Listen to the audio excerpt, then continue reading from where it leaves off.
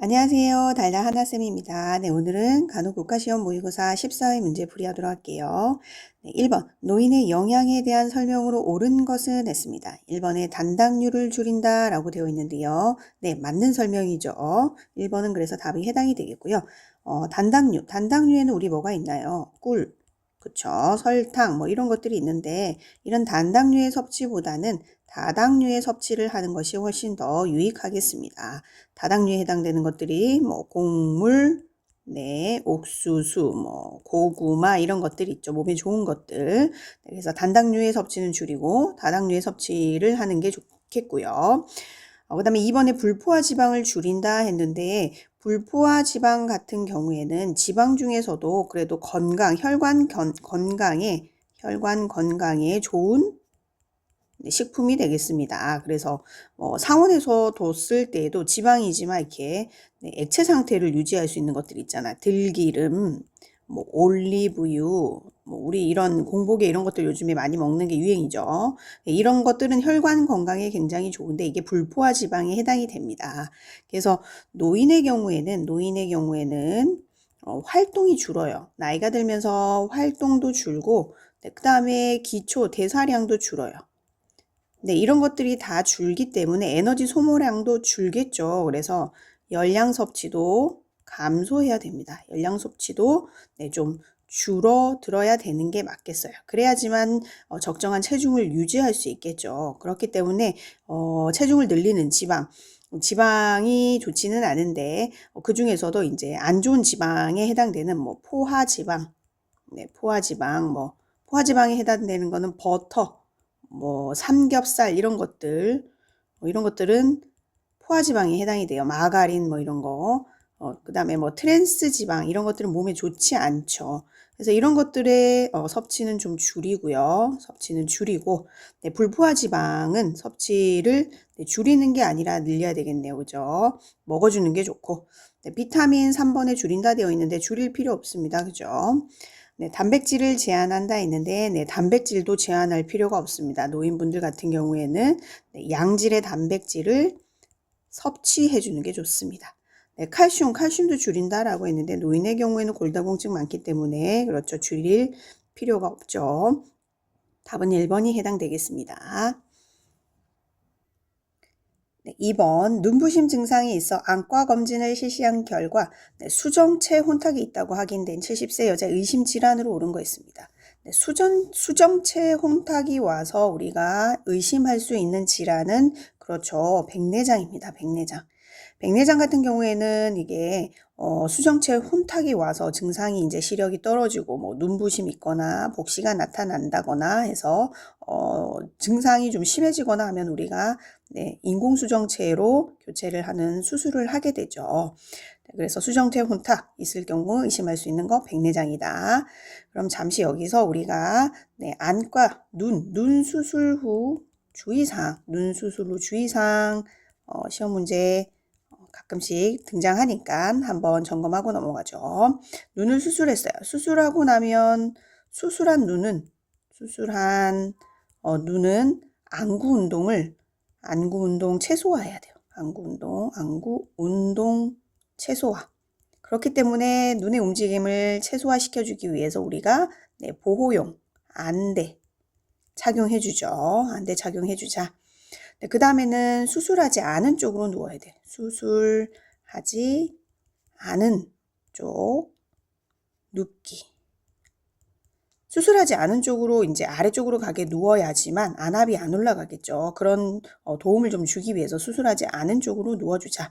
그래서 안압을 올리지 않는 게 가장 중요합니다. 눈 수술 후의 주의사항은 안압 억제시키는 방향으로 간호를 해줘야 된다. 그렇기 때문에 기침, 코 풀기 이런 것들 제한해줘야 되죠. 그죠? 그 다음에 배변 시에 힘주지 않아야 돼요. 복압이 올라가면서 안압도 올라갈 수 있으니까 배변 시 힘주지 않아야 된다. 그렇게 해서 안압 상승하는 거 방지할 수 있다.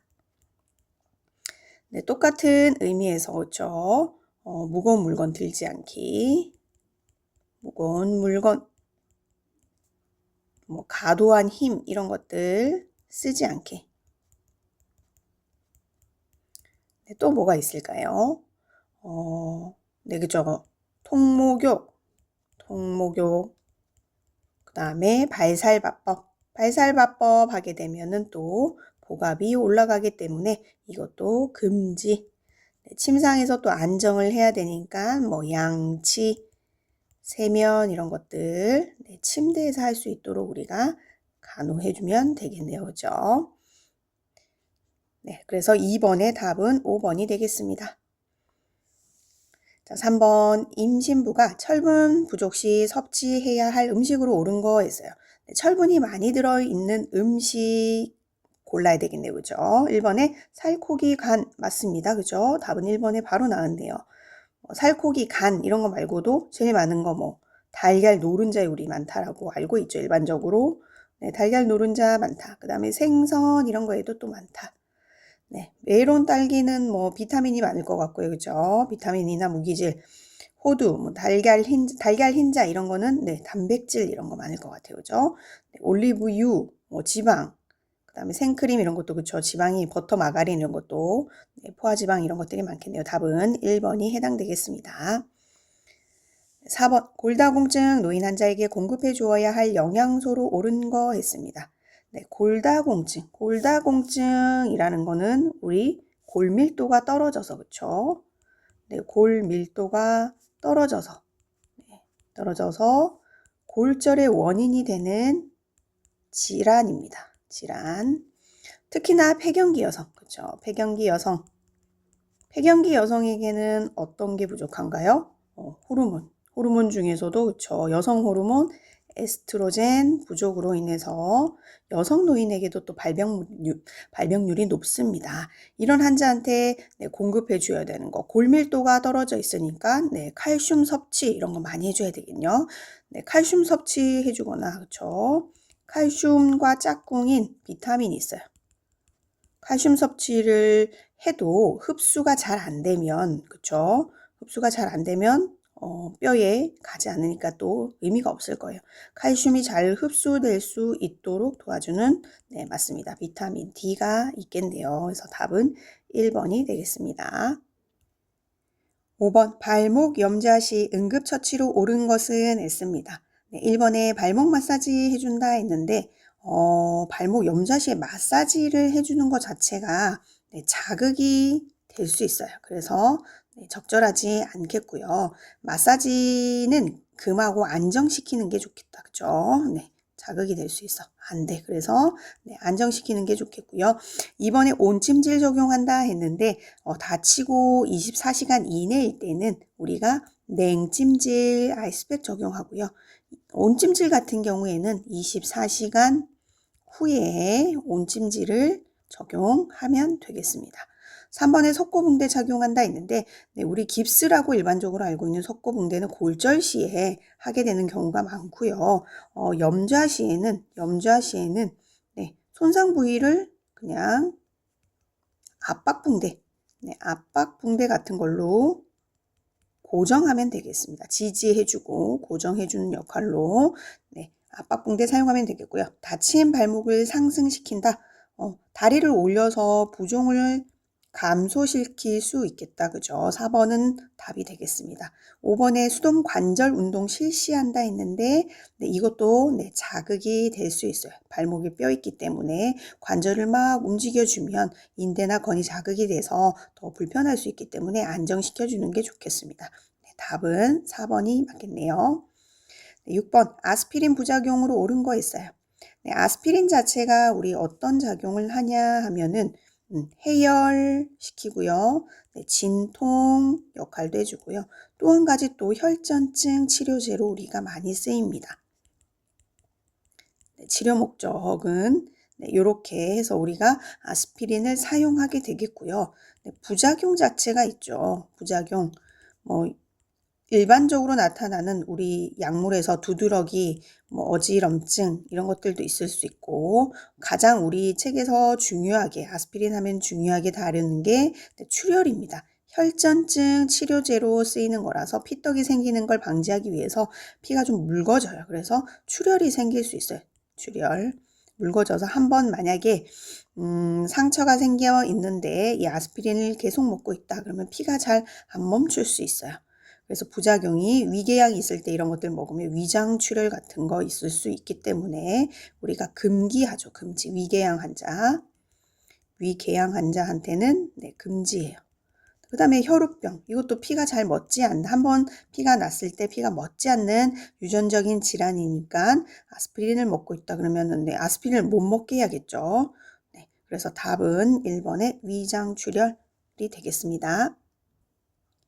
7번 단백질이 우리 몸에서 하는 기능으로 옳은 것은 했네요. 우리 몸의 단백질 구성은 45에서 55라고 했는데 단백질의 구성 비율은 그렇죠. 7에서 20% 정도가 되고요. 1g당 9kcal 소모한다 했는데 단백질의 경우에는 4kcal를 소모합니다. 3번에 근육을 생성하고 항상성 유지한다. 네, 맞아요. 근육, 형성, 생성. 그래서 운동하시는 분들, 그쵸? 네, 프로테인, 뭐 이런 것들 많이 먹죠. 파우더 같은 것들도 먹고요. 단백질도 닭가슴살 이런 거 많이 먹어요. 그래서 단백질이 근육 생성하는데 주로 많은 일을 하고요. 그리고 파괴된 우리 조직 같은 거, 수선하고 새로운 조직을 만드는데도 단백질이 많이 쓰입니다. 그 다음에 4번에 포만감과 신경 및 혈관을 보호한다 했는데 이건 누가 하는 일일까요? 그렇습니다. 지방이 하는 일이에요. 5번 탄수화물의 대사 과정에 중요한 역할을 한다 했는데 우리 탄수화물 대사가 되는데 중요한 역할을 하는 비타민들이 주로 B군인데요. 그 중에서도 이제 B6가 여기에 해당이 되겠네요. 답은 그래서 3번입니다. 8번 노인의 수면 양상으로 옳은 것은 했습니다. 노인이 되었을 때 이제 수면에도 변화가 생기는데요. 노인분들은 숙면이 어려워요. 숙면이. 나이가 들면서 잠이 좀 없어진다라고 우리가 일반적으로 알고 있죠. 그래서 숙면이 어렵고요. 그리고 전체 수면 시간이 굉장히 짧아집니다. 수면 시간이 짧아져요. 짧아지는 이유가 non-REM, 논렘이라고도 하고요. 이 수면 시간 자체가 짧아져서 전체적인 수면 시간이 짧아지고요. 논렘 수면, 이게 이제 non-rapid eye movement예요. 눈의 움직임이, 눈을 이렇게 감고 있을 때 우리 잠자는 사람들 눈 보면 눈이 이렇게 눈동자가 막 움직이는, 래피드하게 움직이는 아이 무브먼트가 없는 상태예요. 없는 상태의 수면 시간이 짧다. 이 얘기는 꿈꾸지 않고, 그러니까 눈동자를 움직이지 않는 거니까 꿈꾸지 않고 푹 자는 수면입니다. 푹 자는 수면. 이 수면, 푹 자는 깊은 수면 시간이 짧아지는 거예요. 그래서 전체 수면 시간이 짧아지고 그 다음에 숙면도 어렵게 되고 이런 수면 양상이 있을 수 있어요. 그래서 눕자마자 깊은 잠 잔다 이것도 아니고요. 무호흡 감소한다 했는데 해당 안 되는 거고 3번에 수면의 질이 떨어진다. 네, 맞습니다. 그리고 전체 수면은 동일하다 했는데 전체 수면 시간은 짧아진다 그랬죠. 짧아짐. 꿈꾸는 수면이 REM 수면이라고 합니다. 래피드하게 아이 무브먼트, 눈동자가 막 움직이는 거예요. 그게 이제 꿈꾸는 수면인데요. 이 꿈꾸는 수면이 늘어난다 했는데 늘어나진 않아요. 이건 늘어나지 않고 일정하고요. 그 다음에 렘 수면이 길어진다 했는데 렘 수면은 일정하게 유지된다. 렘 수면이 REM 수면, 이거는 일정하게 유지된다라고 보면 되고 논렘 수면 시간이 짧아진다 라고 보시면 되겠습니다. 그래서 8번의 답은 3번이 되겠습니다. 9번 대장을 바르게 구분한 것은 했습니다. 대장.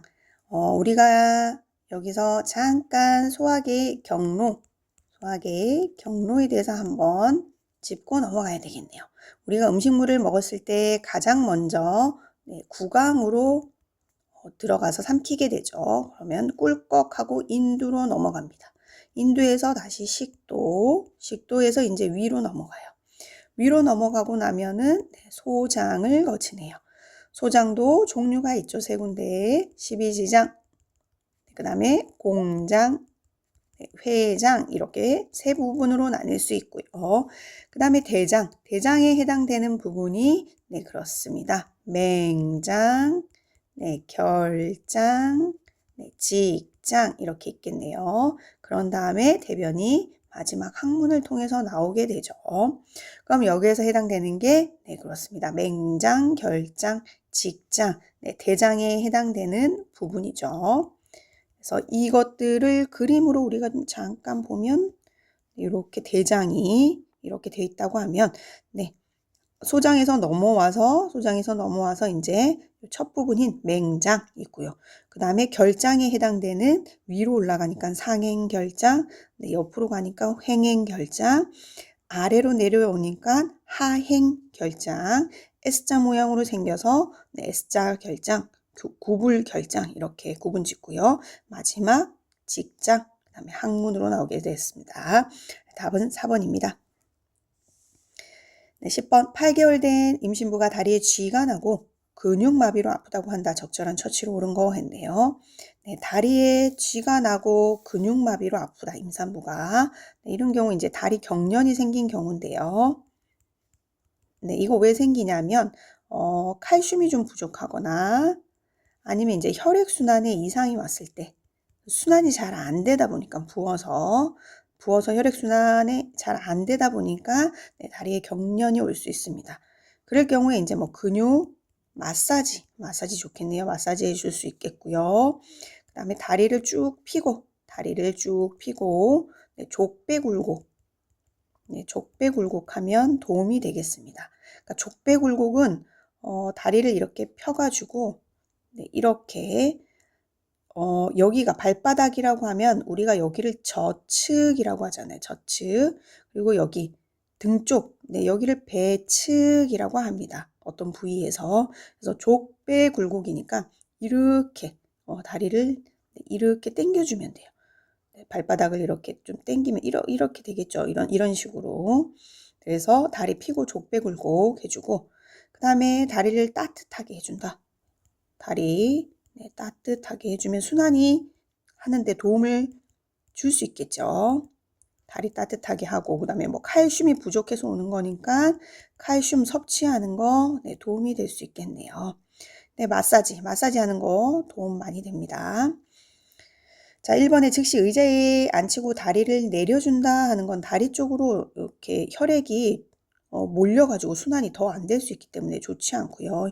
이번에 다리를 펴고 족배 굴곡 해준다. 네, 이건 맞고요. 다리 낮춰주는 거, 다리 내려주는 거랑 네, 똑같은 개념이겠네요. 그러니까 다리를 내려주고 있으면은 혈액이 완전히 밑으로 다 정체돼서 순환이 잘 안 되는 거니까 혈액순환이 잘 안 돼서 그런 거라서 좋지는 않겠습니다. 냉찜질보다는 따뜻한 찜질이 차라리 낫겠고요. 서서 걷기 운동 시켜준다. 이것도 서서 걷는 것 자체가 하지 쪽으로 혈액이 다 몰리는 거라서 네, 도움이 되진 않겠습니다. 네, 2번이 정답입니다. 네, 11번 10개월 된 아이가 수포 가피가 형성된 아토피 피부염을 앓고 있을 때 가장 우선적인 간호로 옳은 거 있습니다. 네, 아토피 피부염 환자 간호할 때 제일 우선적으로 네, 볼 거는 이제 가려움증이 굉장히 심하죠. 네, 그래서 가려움증 및 우리가 계속 긁기 때문에 너무 가려워서 많이 긁다 보면 이제 피부염이 생길 수 있어요. 이걸 감소시키는 방법으로 우리가 네, 간호를 해야 되겠고요. 네, 건조해지면 더 가려울 수 있어요. 그래서 건조하지 않게 해주는 게 좋겠습니다. 그래서 건조한 피부, 네, 보습 이런 것들 많이 해줘야 되죠. 네, 보습해주거나 네, 적절한 수분 공급 이런 것들이 도움이 될 수 있겠고요. 네, 수분 공급, 그러니까 몸에 있는 수분을 빼앗아 가면 안 되니까 우리 목욕할 때도 네, 때 밀지 말라고. 네, 때를 밀지 않고, 아이고, 지워졌네요. 죄송해요. 때를 밀지 않고 네, 보습을 강화해준다. 네, 또 뭐가 있을까요? 네, 피부 자극을 좀 줄여야 되죠. 네, 순한 것들 이런 거 사용해야 되잖아요. 그래서 피부 자극을 줄이기 위해서 면 소재 옷 이런 것들이 아토피 환자에게 좋습니다. 그래서 뭐 긁지 못하게 해야 되니까 또 뭐 장갑, 긁지 못하게 장갑 착용하는 거 이런 것들도 도움이 될 수 있겠네요. 목욕 시 때를 밀지 않는다 했는데 우리 목욕할 때 또 사용하는 비누 이런 것들도 일반적인 것보다는 중성 비누 아니면 약산성, 약산성 이런 것들이 비누를 사용하는 게 도움이 되겠습니다. 그죠? 그래서 답은 1번의 소양증을 완화시킨다. 이게 해당이 되겠네요. 12번 자극에 대한 반응이 없고 호흡이 없는 영아의 맥박 촉지 부위로 옳은 것은 했습니다. 일단 호흡이 없다라는 건 지금 응급 상황이네요. 그죠? 그래서 응급 상황에서 영아의 맥박 촉지 부위 호흡이 없으니까 일단 맥박도 있는지 없는지 우리가 응급 상황에서 확인을 해야 되는데 이 맥박 촉지 부위로 옳은 것은 했습니다. 보통 이제 영아의 경우에는 우리가 상완에 있는 상완동맥을 이용하게 돼요. 상완동맥. 그래서 답은 3번이 해당이 되고요. 영아의 경우는 이제 상완동맥인데 소아, 그 다음에 성인으로 좀 나눠서 구분을 해보면 성인 같은 경우에는 우리 목 아래쪽에 있는 경동맥 이쪽을 짚어서 확인을 하게 되죠. 그래서 그림에서 우리가 좀 살펴보면 이렇게 조금 그림을 그려봅시다. 조금 그림이 우스꽝스럽긴 한데 그림을 제가 잘 못 그려요. 이렇게 놓고 보면은 경동맥이라는 건 여기 목에 있는 거잖아요. 그렇죠? 성인의 경우에는 이 경동맥을 짚어서 확인을 할 수 있겠어요. 소아 같은 경우에도 경동맥 확인할 수 있습니다. 아니면 이제 대퇴동맥도 이용을 할 수 있겠고요. 말초로 갈수록 맥이 심장에서 멀어지는 거라서 이게 정확하지 않을 수 있는데 어쨌든 이제 영아 같은 경우에는 성인과 달리 우리 경동맥 이 수축 부위가 상대적으로 좀 작고 위치가 깊어요. 작고 위치가 깊다 보니까 촉지로 해서 찾아내기가 조금 어려울 수 있어요.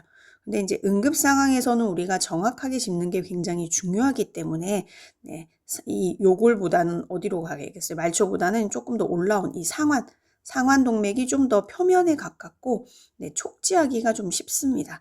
그래서 영아 같은 경우에는 상완동맥을 이용하면 되겠습니다. 경동맥이 좀 찾기가 어려워서 그렇다라고 이해하시면 되겠어요. 3번이 답이 해당이 되겠습니다. 13번 심장의 벽 자체를 순환하며 심장 근육에 산소와 영양을 공급하는 혈관으로 옳은 거 했습니다. 이건 너무 중요하게 다뤄지고 있어서 여러분들 잘 알고 있죠. 그렇죠? 1번 관상동맥이 해당이 되겠어요. 그림으로 잠깐 보면은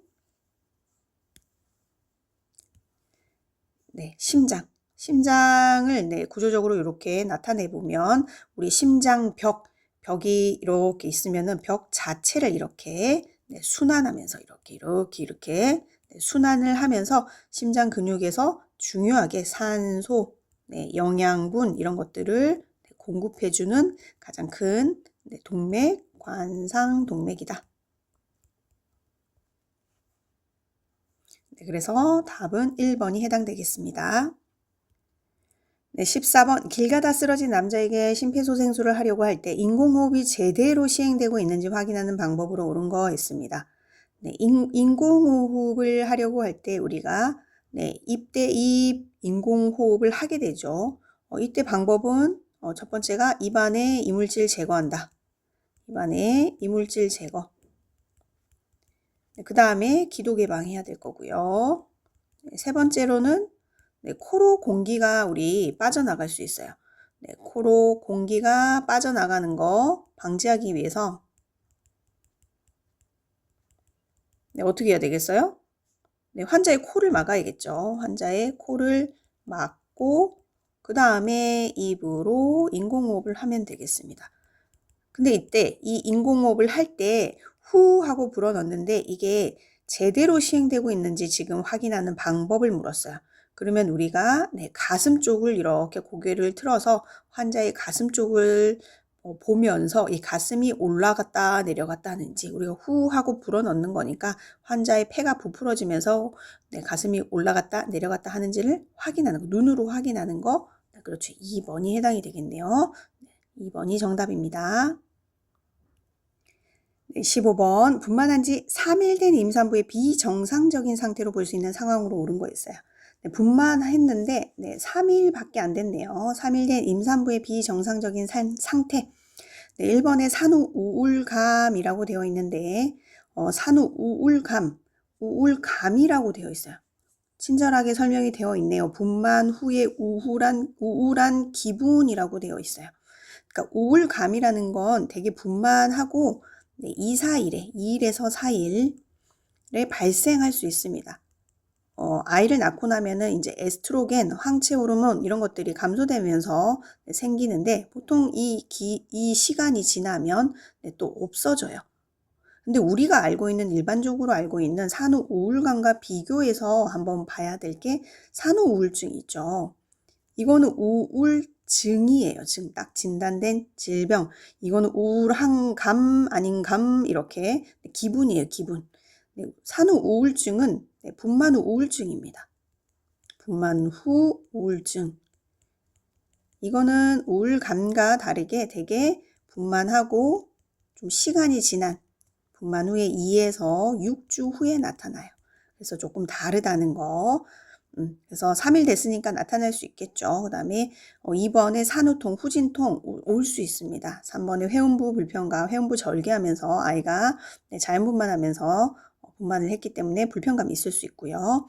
그 다음에 4번에 자궁저부가 배꼽 위에 만져진다 했는데 우리 자궁저부가 분만을 하고 나면 어느 부위에서 만져지는 어느 부분에서 관찰되는 게 맞느냐 좀 살펴보면은 배꼽을 기준으로 해서 제일 첫 번째 분만 직후는 배꼽 아래에서 만져져요.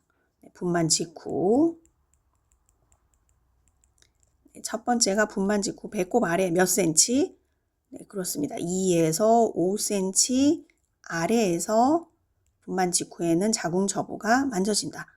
네, 두 번째는 12시간 후에는 분만하고 12시간 후에는 배꼽 위쪽에서 두 번째 일로 가죠. 두 번째는 12시간 후에 배꼽 위쪽에서 1cm 위쪽에서 만져줘요. 그 다음에는 좀 내려가서 이제 세 번째는 배꼽이랑 우리 치골결합이 있는 요 중간에 배꼽이랑 치골결합 이쪽이니까 요 중간에 여기가 세 번째. 여기는 분만하고 나면 6일째 되는 요때 만져집니다. 그 다음은 이제 골반 안쪽에서 네 번째 골반 안쪽 9일에서 한 10일 정도 되면 이제 골반 속으로 내려가요. 속으로 내려가서 더 이상 만져지지 않아. 더 이상 만져지지 않는 시기입니다. 만져지지 않는 시기. 그러면은 지금 자궁저부가 배꼽 위에서 만져진다고 했는데 배꼽 위에서 만져지는 경우는 분만하고 12시간 후니까 4번은 틀렸다. 그죠? 답은 4번이 되겠네요. 그래서 분만 직후에는 여기 배꼽 아래 2에서 5cm에서 만져지고 12시간 후에는 배꼽 위에서 만져지고 그 다음부터는 이제 1cm씩 매일 1cm씩 내려가게 되어 있어요. 그러니까 배꼽 위가 아니라 아래에서 만져지는 게 맞겠죠. 3일째 됐으니까.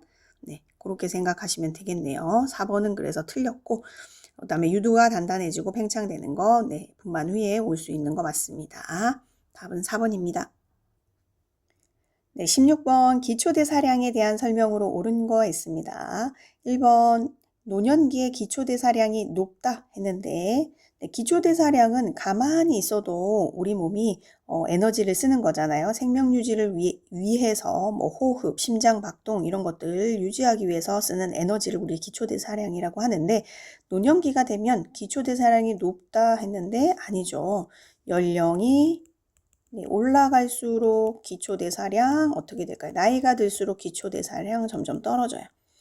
겨울에 기초대사량이 낮다 했는데 겨울에 기초대사량이 높습니다. 높다. 그래서 겨울이 계절 중에서는 가장 높고요. 그 다음이 제일 낮은 게 여름입니다. 그 다음에 100을 기준으로 했을 때 봄이 100이라고 하면 그 다음이고요. 그 다음이 가을, 요 순이 되겠네요.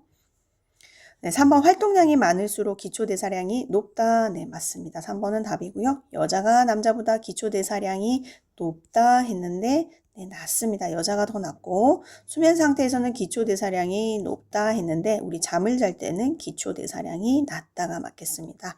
답은 그래서 3번입니다.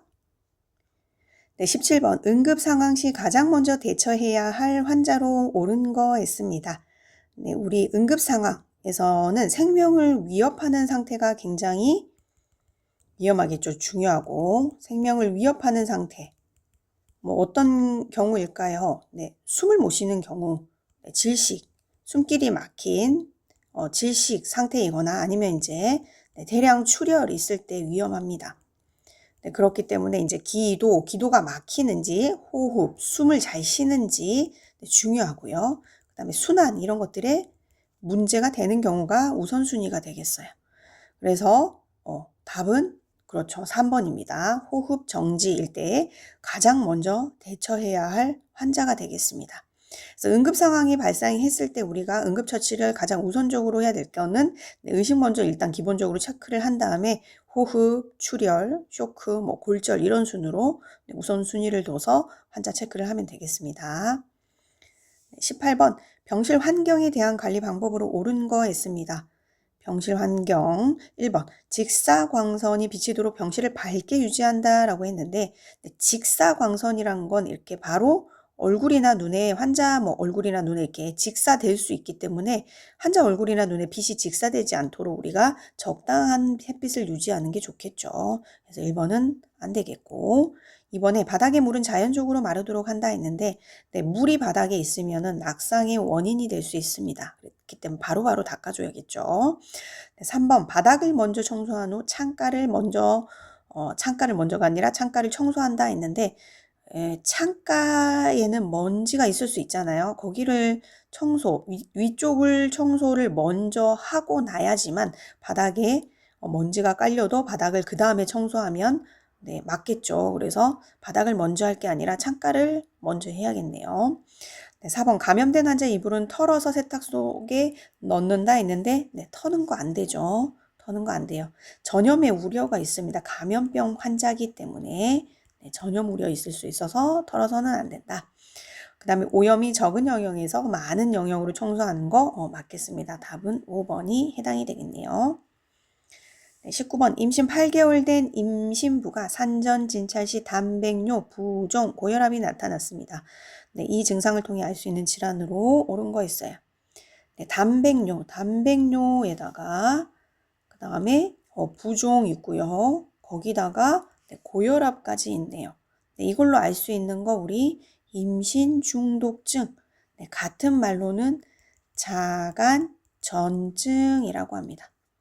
답은 4번이 되겠고요. 여기에 한 가지 더 단백뇨 부종 고혈압에 하나 더 경련까지 오게 되면 우리는 이걸 자간증이라고 한다. 답은 4번이 해당되겠습니다. 20번 술과 마약을 장시간 복용하다가 중단하게 되면 강박적 집착 보이게 되는데 이와 같이 내성현상, 금단 증상 나타나는 장애로 옳은 거 어렵지 않네요. 3번 중독장애입니다. 21번 침이 적게 나오고 입이 자주 마른다고 호소하는 70대 노인에게 해줄 수 있는 간호로 옳은 거 했습니다. 70대 노인에게서는 구강에서도 변화가 생깁니다. 그 선지에서 지금 나오는 것처럼 치매 분비가 감소되고요. 치매 분비가 감소되니까 입이 자주 마르겠죠. 자주 말라요. 이럴 때는 이제 우리가 소량의 물을 자주 마시게 하는 게 제일 좋습니다. 자주 마시게. 침분비가 감소하니까 이 침분비 감소와 치아 구조의 변화와 함께 이제 구강의 윤활작용이 떨어져요.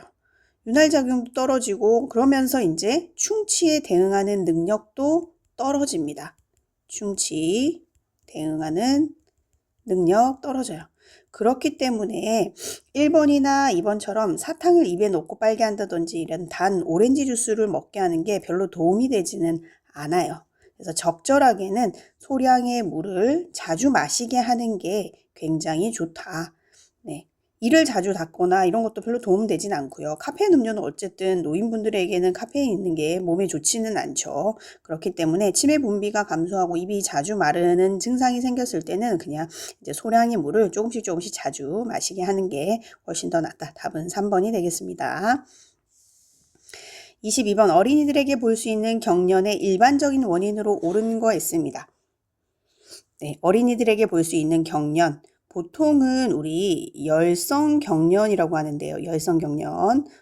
쉽게는 이제 열경기라고 하죠. 경련이 나타나는 게 열 때문에, 고열 때문에 일어날 수가 있습니다. 그래서 답은 2번이고요.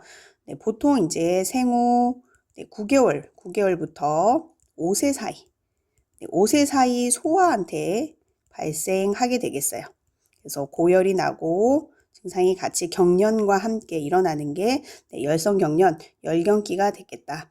이것과 다르게 이제 중추신경계 감염에 의해서 열이 오르면서 이제 경련이 나타날 수 있죠. 그런 거는 이제 열성경련은 아니고 중추신경계 감염이기 때문에 신경계 감염에 의해서 열이 나면서 나타날 수 있는데 이제 중추신경계 하면 말초신경계랑 다르게 뭐가 있나요? 뇌가 있고 척수가 있는데 이 부위에 이제 염증이 생기게 되면서 고열이 나타날 수 있고 이러면서 경련이 올 수 있는데 이거는 이제 열성 경련은 아닙니다. 열성 경련은 아닌데 그거랑 이제 좀 비교해서 차이점을 좀 알아두시면 될 것 같아요. 네, 답은 2번입니다. 23번 간호조무사의 직무 수행으로 옳은 것은 했습니다. 1번 동정심으로 환자를 대한다 했는데 환자와 간호조무사의 관계는 우리가 직업적인 관계죠. 그래서 동정이나 인정에 끌려서 업무를 벗어나는 일을 해서는 안 됩니다. 그래서 뭐 엄격하게 환자를 대한다, 동정심으로 환자를 대한다 이런 것들은 틀린 거가 되겠고요. 환자의 사적인 비밀 보장한다. 3번은 네, 맞는 게 되겠네요. 4번에 동료와 상의하도록 한다 했는데 어떤 문제가 우리가 발생했을 때는 동료랑 상의를 하는 게 아니라 이제 간호관리자와 상의할 일들은 상의를 하는 게 낫겠고 환자의 이야기는 주의 깊게 경청해서 듣는 게 훨씬 더 낫겠습니다. 그리고 환자의 상태를 설명해 준다 5번에 되어 있는데요. 환자 상태를 설명해 주는 건 환자분들이 이제 질병에 대해서 알고 싶어 하고 그렇기는 한데 이것들을 우리가 해줄 수 있는 업무는 직무는 아니죠. 그래서 그 알고 싶어 하는 것들을 간호사나 의사에게 보고하면 되겠습니다. 답은 3번입니다. 24번 낙상 경험이 있는 노인의 낙상 예방을 위해 간호조무사가 해야 할 사항으로 옳은 거 있습니다. 1번 소음은 60dB로 해준다 했는데 60dB은 병실의 환경에서 적절한 소음 데시벨이 아니겠습니다. 병실의 환경에서 보면은 우리가 35에서 39dB이 적당하겠습니다. 적당. 낙상 예방과는 관련이 있다라고 하기에는 조금 관련성은 떨어지고요. 2번 계단 바닥에 작은 깔개를 깔아준다 했는데 깔개를 깔아서 이렇게 걸려서 넘어질 수 있으니까 깔개 까는 거는 안 되겠고요. 3번 환자의 침대 높이를 허리보다 높게 한다 했는데 낙상을 예방하기 위해서는 낮게 해야겠죠. 낮게. 환자의 입장에서는 침대에서 내려오면서 넘어지지 않게 하려면은 허리보다는 넘어져서 다치는 걸 예방하려면은 허리보다는 높이를 좀 낮게 하는 게 도움이 되겠고요. 4번 취침 전에 이제 간호사가 순회를 할 때 모든 환자의 침대 난간을 올려준다. 침대 난간 자체가 이제 사이드 레일인데요, 그죠? 이걸 올려줌으로 인해서 낙상을 예방할 수 있습니다. 침대에서 떨어지는 걸 예방할 수 있으니까 답은 4번 맞겠고요. 환자의 머리맡에 직접 조명해준다 했는데 직접이 아니라 간접 조명이 맞겠네요, 그죠? 25번 역류성 식도염 환자의 식사 시 유의할 점으로 옳은 거 있습니다. 역류성 식도염은 그러니까 식도로 우리가 음식물을 삼켰을 때 위로 해서 음식물이 넘어갔던 게 이게 역류해서 위산과 함께 위산이 역류하면서 식도를 다치게 헐게 해서 염증이 생기는 거죠. 그러면 이것들이 생기지 않게 식사할 때 우리가 주의할 것들은 식사를 규칙적으로 너무 많이 먹고 이런 것들 별로 좋지 않습니다. 한번 먹을 때. 그래서 규칙적인 식사, 소량식, 네, 자주 섭취하고 네, 과식 피하기. 과식을 피하는 게 좋고요. 그 다음에 하부식도 조임근 압력을 낮추는 음식. 식도 조임근. 식도의 조임근에 식도 우리 조여주는 조임근. 네, 압력을 잘 이렇게 조여줘야 되는데 그걸 잘 못하게 하는 압력을 낮추는 음식. 삼가야겠죠. 그래서 술, 담배, 커피, 그 다음에 뭐 초콜릿 이런 것들 네, 삼가하는 게 좋고요. 단백질 같은 거 이런 거 먹어주는 게 좋고 그 다음에 식도 점막을 자극하는 네, 자극하는 신과일 아니면 탄산음료 이런 거 네, 탄산음료 삼가하는 게 좋겠네요. 그 다음에 이제 식사할 때는 반듯하게 앉아서 먹는 게 좋겠습니다. 누워서 먹고 이런 것들은 그렇죠. 좋지 않겠죠. 역류할 수 있으니까 더. 네, 앉아서 먹도록 한다. 그리고 식후에 누우면 안 되겠어요. 식후에 바로 눕지 않는다. 이런 것들이 식사할 때 유의할 행동이 되겠네요. 그래서 1번에 음식물을 소량씩 자주 섭취한다. 네, 맞습니다. 이번에 식사 후 물을 많이 먹는다 했는데 물을 많이 먹는 것 자체가 그쵸 위산이 희석되면서 우리 소화 속도도 느려지고 위 내용물이 위 속에 오래 머물 수 있도록 이렇게 해줘요. 그렇게 되면 이제 다시 또 압력이 높아지면서 식도로 역류할 수 있으니까 물 많이 먹는 거 안 되겠고 네, 식사 후 누워있는 거 안 된다고 했어요. 신과일 주스나 토마토 이런 거 네, 안 된다 그랬죠. 신과일. 식사 시 옆으로 누워서 먹는다. 네, 누워서 먹는 거 안 된다. 그래서 답은 1번이 해당이 되겠습니다. 네, 26번 항암요법을 실시하고 있는 환자가 주의해야 할 사항으로 옳은 거 있습니다. 항암요법이라는 건 암세포를 죽이는 주사제를 맞는 거잖아요. 그걸 하고 있는 건데 이거는 암세포뿐만이 아니라 정상세포, 암세포도 죽이고요. 아니라 네, 정상세포도, 다른 정상세포도 죽일 수 있어요. 세포도 공격할 수 있고요. 그 다음에 이제 피를 만들어내는 골수도 공격해서 우리 뭐 백혈구, 이런 적혈구 중에서도 이제 백혈구 수치가 확 떨어질 수 있습니다.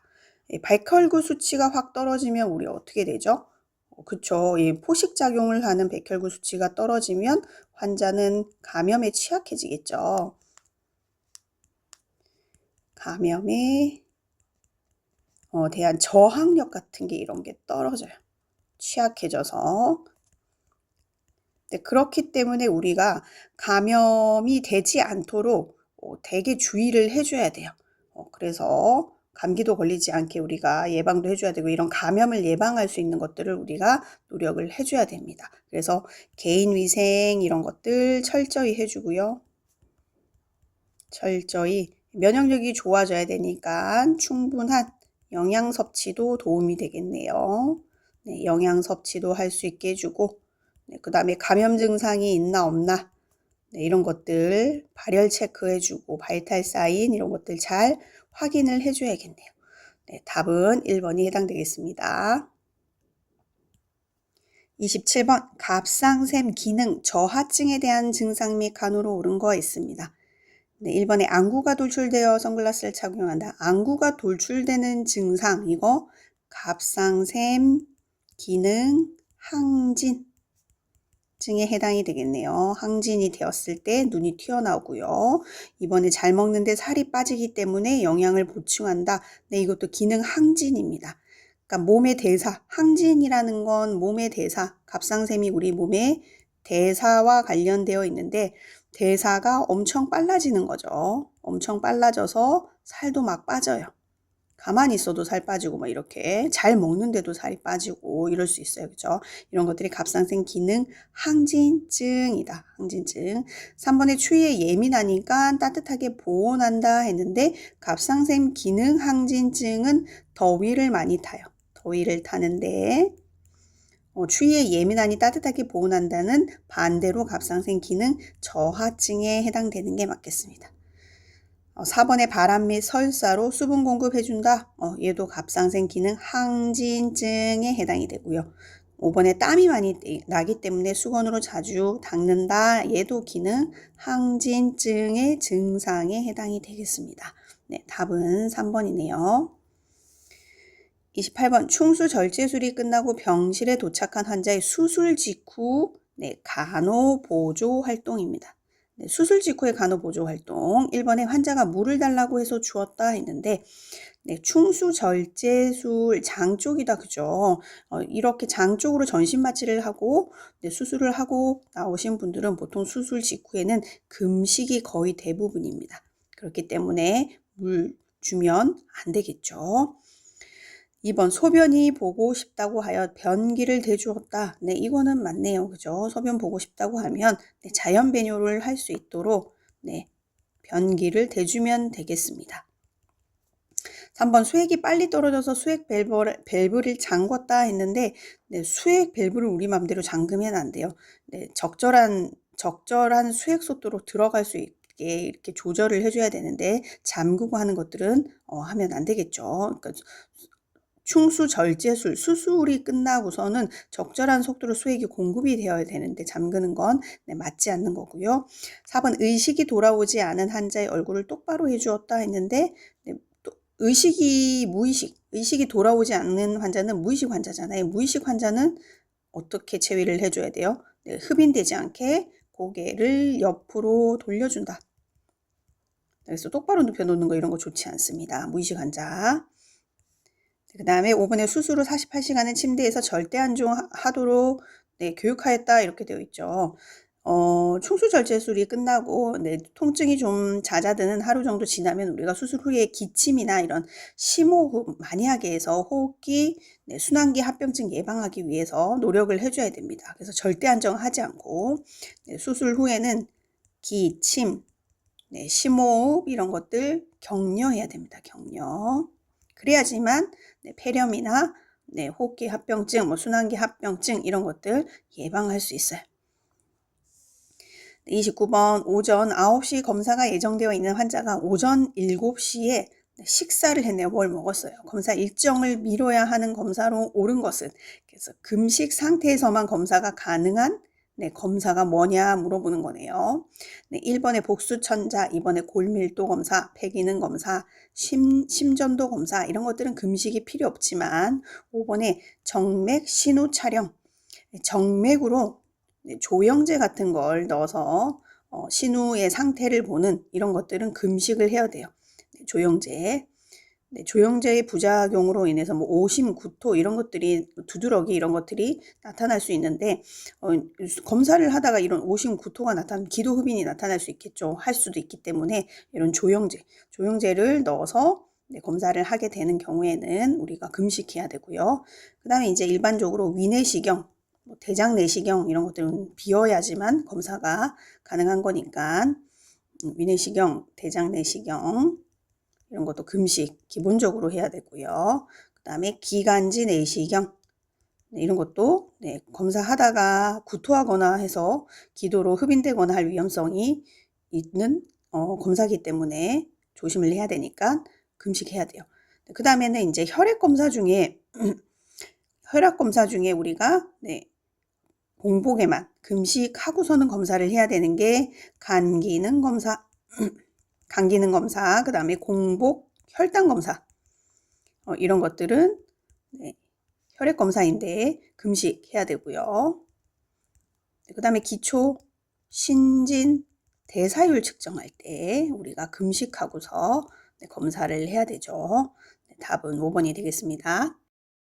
30번 아이가 젖을 빠는 것과 관련이 있는 반사로 옳은 것은 했습니다. 우리가 입술 근처에 뭔가 이렇게 손이 닿거나 하면 아이가 고개와 이렇게 입을 돌려가지고 젖을 찾아가지고 입에 이렇게 물려고 하는 반사, 젖을 빠는 것과 관련 있는 거, 포유 반사, 먹이 찾기 반사 2번이 해당이 되겠네요. 네, 답은 2번이고요. 나머지 것은 우리가 그림으로 잠깐 살펴보도록 할게요. 네, 1번에 이제 모로 반사라고 나오는데 이거는 자극이 주어지면은 아이가 팔은 손바닥과 손가락은 활짝 피고요. 이렇게 활짝 피고 네, 발바닥은 이렇게 안쪽으로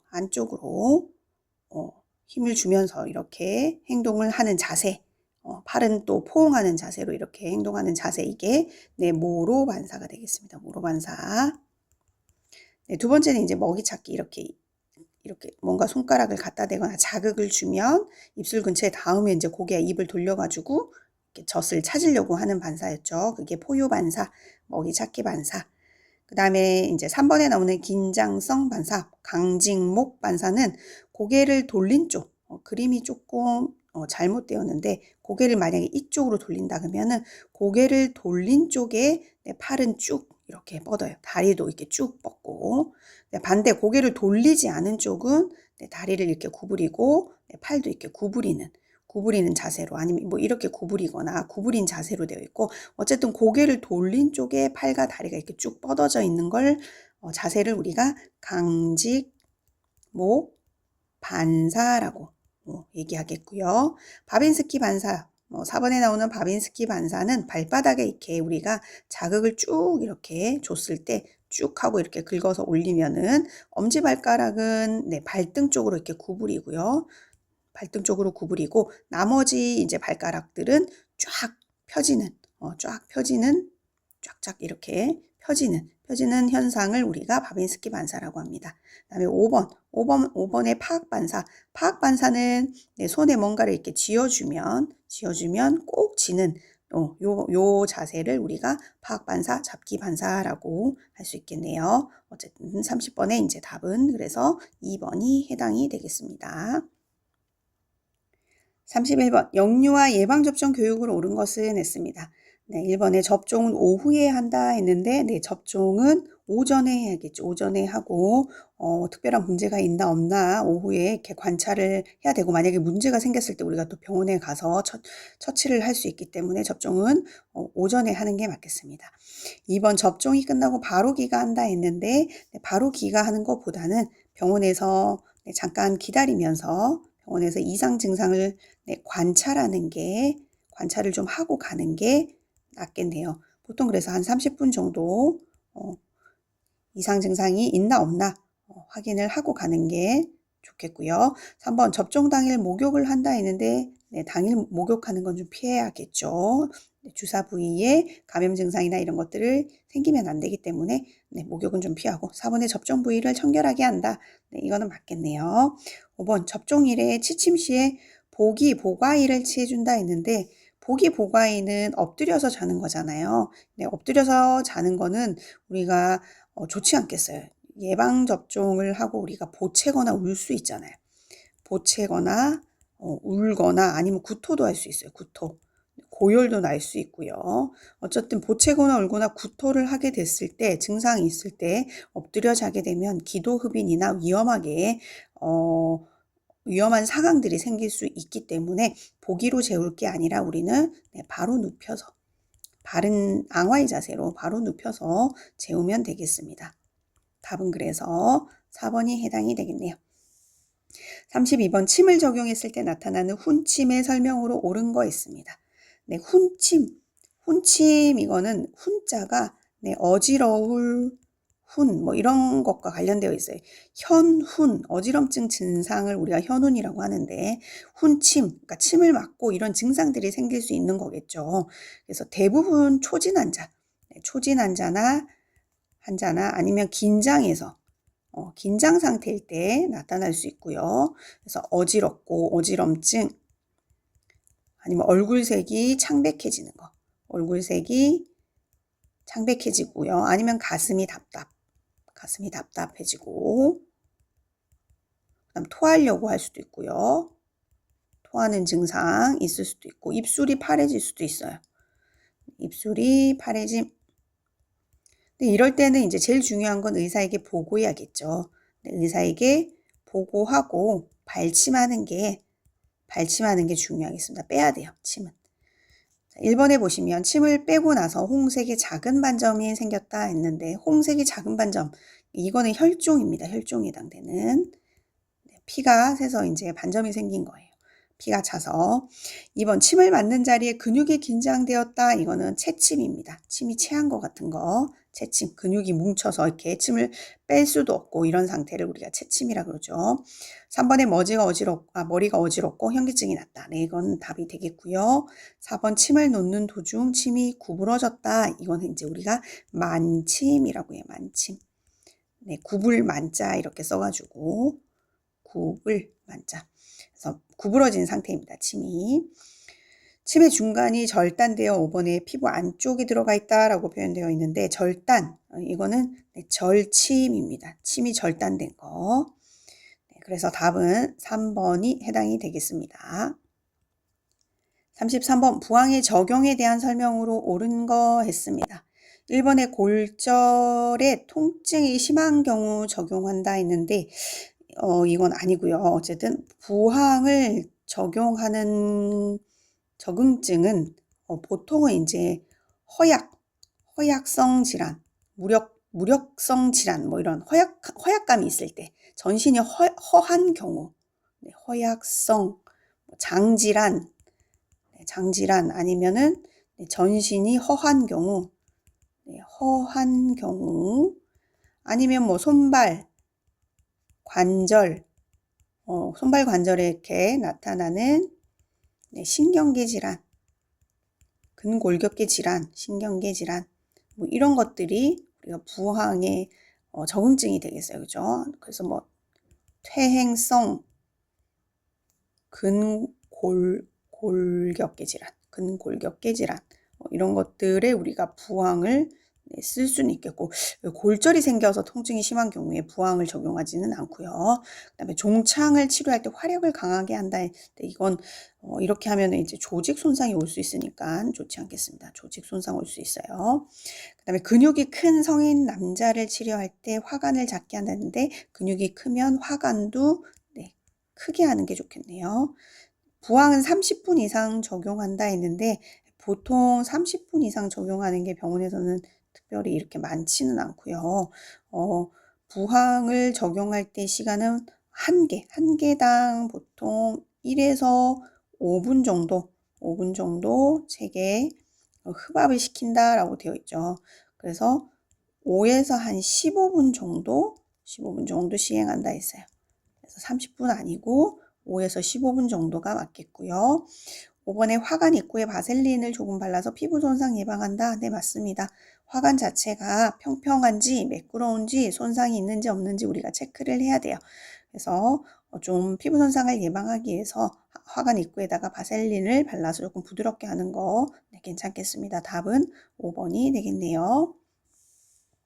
34번 치과의사가 오른손잡이일 때 간호조무사의 위치는 환자의 머리를 기준으로 몇 시 방향인가 했어요. 네, 답은 1번에 4시 방향이 맞겠습니다. 4시 방향. 그림으로 좀 살펴볼게요.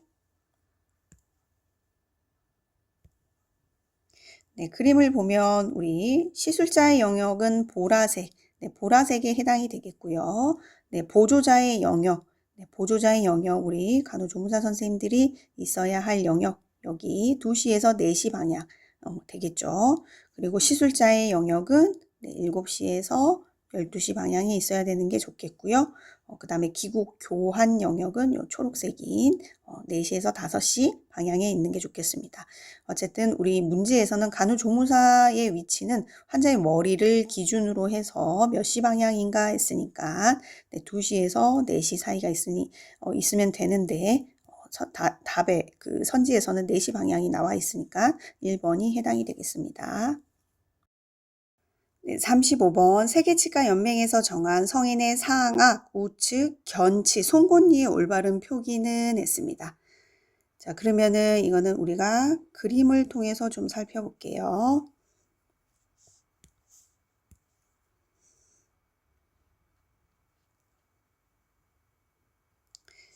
네, 그림을 보시면은 조금 이해하기 쉽게 좀 살펴보려고 하는데 그 치아를 이렇게 우리가 앞자리에서 이렇게 보게 되면 의사가 한 자리를 이렇게 이 하고 이렇게 벌려보라고 했을 때, 벌리고 있을 때, 이쪽이 우측, 이쪽이 좌측이라고 보고요. 네, 그다음에 위아래로 나눌 수 있겠어요. 그죠? 위쪽이 이제 상악에 해당이 되고요. 아래쪽이 하악에 해당이 됩니다. 네, 하악에 해당이 되고, 네, 빨간 선, 이 선을 기준으로, 파란 선, 이 선을 기준으로 해서, 네, 이쪽부터, 이쪽은 1번으로 다 시작을 해요. 1번. 그래서 상악 우측은, 네, 1번으로 시작을 합니다. 1번. 그 다음에 상악 좌측은 2번으로 시작을 해요. 2번. 그래서 시계 방향으로 이렇게, 시계 방향으로, 그 다음에, 네, 하악 좌측은 3번으로 다 시작해요. 3번. 이렇게 3번, 3번, 3번으로 시작합니다. 이렇게. 그리고 하악 우측에 있는 건 4번으로 다 시작해요. 4번, 4번, 4번 이렇게 시작해요. 그러니까는 상악 우측이라고 지금 얘기했으니까 상악 우측에서 상악 우측은 몇 번으로 시작해요? 1번으로 다 시작한다 그랬죠. 1번으로 시작해요. 네, 1번으로 시작하고 첫 번째 이쪽으로 해서 첫 번째 치아 우리가 이 첫 번째 앞니라고 하는 거 앞니라고 얘기하는 거 이게 1번으로 시작됩니다. 네, 그 다음에 옆에 있는 측절치 절단하는 절치가 네, 측절치가 2번에 해당이 되겠죠. 그 다음이 이제 송곳니예요. 얘가 네, 송곳니입니다. 송곳니 얘가 3번이에요. 그 다음이 네, 4번, 5번, 6번, 네, 7번, 8번 뒤쪽까지 가겠죠. 네, 이런 식으로 네, 우리가 표기를 하게 돼요. 그럼 얘도 똑같이 네, 상악에 있는 좌측의 치아는 2로 시작한다라고 했잖아요. 그럼 첫 번째 절치 중앙에 있는 이 절치가 1번. 그 다음에 22번, 23번 송곳니 이렇게 되겠죠. 그죠? 24, 25 제1 소구치, 제2 소구치, 그 다음에 제1 대구치 이렇게 쭉 이런 식으로 그죠? 그 다음에 하악에 있는 좌측 아래쪽 이쪽은 1번, 2번, 3번, 4번 이런 식으로 가는 거예요. 네. 얘도 4번으로 시작해요. 하악에 있는 우측 치아는 41, 42, 43, 44, 45, 46 이렇게 가겠어요. 그럼 우리가 지금 문제에서 물어보는 건 상악이고 우측에 있고 견치, 네, 송곳니를 다른 말로 네, 견치라고 얘기하는데 네, 견치에 해당되는 게 네, 13번이 되겠습니다. 13번. 네, 그래서 답은 네, 1번이 해당이 되겠네요. 네, 36번 사용한 의료기구 물품 관리로 옳은 것은 했습니다. 1번의 손상성 의료 폐기물은 30일 안에 처리한다. 네, 맞네요. 답은 1번이 맞고요. 1번이 맞고 2번에 고막 체온계는 사용 후에 그대로 보관한다 했는데 그대로 보관하지 않죠. 네, 우리의 일회용 그 탐침 커버, 네, 탐침은 제거합니다. 제거하고 소독 후에 보관을 해야겠어요. 네, 3번에 더러워진 친구는 털어서 세탁물 바구니에 넣는다 했는데 터는 거 안 되죠. 네, 병실 내에 먼지 날리고 안 좋아요. 그래서 그대로 그냥 세탁물 수거함에 넣으면 되겠고요. 4번 혈액이 묻은 꺼즈는 녹색 전용 종이에 놓는다 했는데 네, 녹색 아니에요. 혈액이 묻은 네, 꺼즈는 우리가 일반 의료 폐기물인데 노란색이죠. 노란색 상자형 용기 아니면 뭐 검정색 봉투형 용기 사용하면 되겠어요. 그래서 녹색 아니고 노란색 이런 거에 해당되겠고 일회용 바늘은 뚜껑을 씌워 폐기물통에 버린다 했는데 뚜껑 씌우는 거 안 돼요. 씌우는 거 안 되고 씌우지 않고 그냥 네, 손상성 씌우지 않고 손상성 폐기물통 다 버리면 되겠습니다. 답은 그래서 1번. 네, 37번 방사선 흉부 촬영 시 준비로 옳은 것은 했습니다. 네, 1번에 하반신 부위에 금속물 제거한다 되어 있는데 우리가 흉부 촬영할 거니까 하반신이 아니죠. 흉부는 네, 상반신입니다. 그래서 상반신에 있는 금속물 제거하면 되겠고요. 네, 보호자가 뭐 굳이 잡아줄 필요는 없습니다. 3번에 이제 숨을 들이마시고 참는다 했는데 이건 답이 되겠어요. 흉부 촬영, 가슴 엑스레이 찍는 거잖아요. 그래서 금속을 우리가 제거하고 환자한테 숨을 들이마시세요 하고 들이마시면 숨을 욱 하고 참고 폐를 부풀려서 폐를 잘 보기 위한 거니까 그렇게 촬영을 하면 되겠습니다. 그래서 굳이 금식 안 해도 되고요. 물을 또 먹여서 촬영할 필요는 없습니다. 네, 답은 3번 해당되겠네요. 38번. 네. 고무 재질의 기구나 내시경 및 플라스틱 용품의 가장 적절한 멸균 방법으로 옳은 거 했습니다. 네, 고무 재질이나 이런 것들은 우리 고열에 견디기가 힘들어요. 그래서 고열, 그 다음에 뭐 습도 이런 거에 민감하고 그 다음에 섬세한 물품 같은 거, 내시경 같은 섬세한 물품, 그 다음에 예리한 기구, 네, 이런 것들은 우리가 이온가스 멸균을 하죠. 그래서 답은 플라스틱도 고온에 견디기 힘들어요. 그죠? 플라스틱 이런 것들 이온가스 멸균합니다. 그래서 낮은 온도에서 산화 에틸렌 가스를 이용해가지고 멸균을 하고요. 가스를 이용하는 거라서 멸균을 하고 나면은 멸균 후에 충분한 통기를 해야 돼요. 멸균 후 가스가 빠져나가게 독성이 있습니다. 그래서 충분한 통기가 이루어질 수 있게끔 우리가 8시간에서 16시간 정도 통기시킨 후에 물품을 사용하면 되겠습니다. 그래서 답은 1번입니다.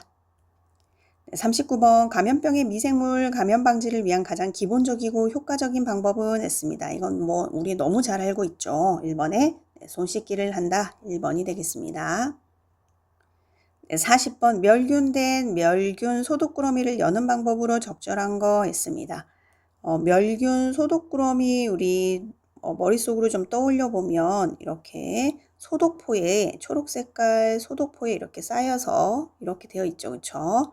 이렇게 되어 있을 때 제일 먼저 소독꾸러미를 열 때는 몸에서 가장 먼 쪽을 1번으로 열고요. 그 다음에 사이드 소독포를 2번으로 열면 되겠습니다. 그런 다음에 마지막에 제일 몸에서 우리가 여기 서 있으면 몸에서 가까운 쪽 여기를 제일 마지막에 열면 되겠네요. 그래서 답은 4번이 해당이 되겠습니다. 41번 환자가 다른 병동으로 전동될 때 간호로 옳은 것은 했습니다.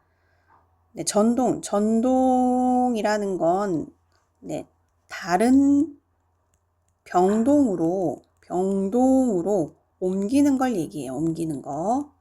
그러니까는 4일 병동에 있다가 5일 병동으로 해서 어떤 이유에서든 병동을 옮겨야만 될 때 우리는 전동이라고 합니다. 병실을 옮기는 건 전실이라고 할 거고요. 그렇죠? 병원을 옮기는 건 전원이라고 이렇게 표현할 수 있겠네요. 그러면은 다른 병동으로 전동될 때 간호로 옳은 거 물어봤어요.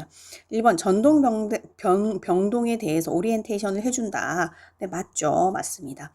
2번 병실 전동 시에는 환자의 비밀이기 때문에 왜 옮기는지 알리지 않는다 했는데 알리지 않는 게 아니라 우리가 전실하는 이유, 그 다음에 환자 상태 뭐 이런 것들 기록하고 보내는 병동에다가 인계를 해주고 옵니다. 그렇기 때문에 알리지 않는 거 아니고 3번에 남아있는 약은 버린다 했는데 버리는 게 아니라 그쪽 병동에서도 가서 써야 돼요. 그래서 함께 같이 보내면 돼요.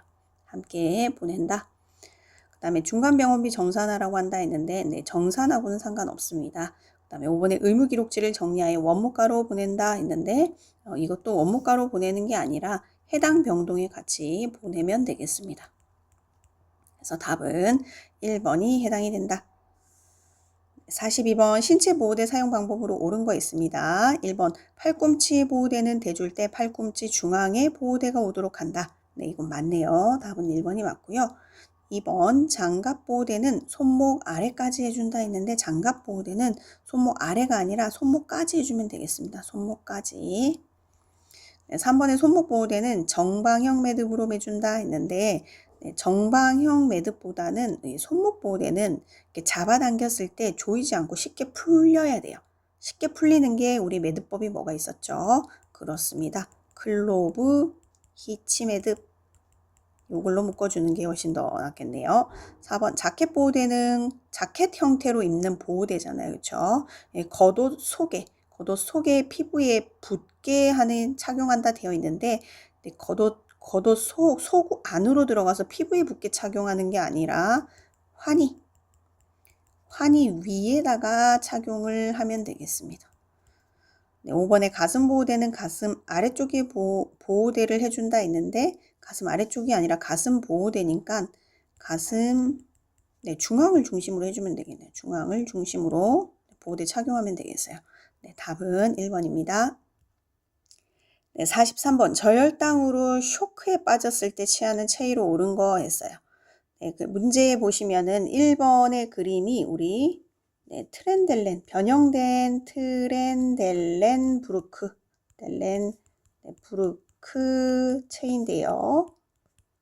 다리를 위로 이렇게 올리고 있는 체위인데 보통 이 변형된 트렌델렌 브루크 체위를 취하는 경우가 저혈량 샥이 왔을 때 그 다음에 뭐 하지 쪽에 출혈이 있을 때 이럴 때 우리가 사용을 하게 되죠. 그래서 답은 1번이 맞습니다. 쇼크에 빠졌다고 했으니까. 네, 2번 같은 경우에는 우리 슬흉이입니다. 슬흉이. 고양이 자세, 고양이 자세라고도 얘기하는데 무릎, 가슴 자세. 요가에서는 뭐 고양이 자세라고 하고 우리가 책에서 나오는 정식 명칭은 슬흉이. 그 다음에 무릎, 가슴 자세. 무릎이 가슴에 붙어서 이렇게 취하는 체의 무릎 가슴 자세입니다. 이 경우에는 뭐 태아의 위치를 교정한다거나 아니면은 자궁 훅을 예방하거나 월경통 좀 감소시키기 위해서 아니면 뭐 또 직장, 대장 쪽 검사를 하기 위해서 우리가 2번 같은 체위를 취하고요.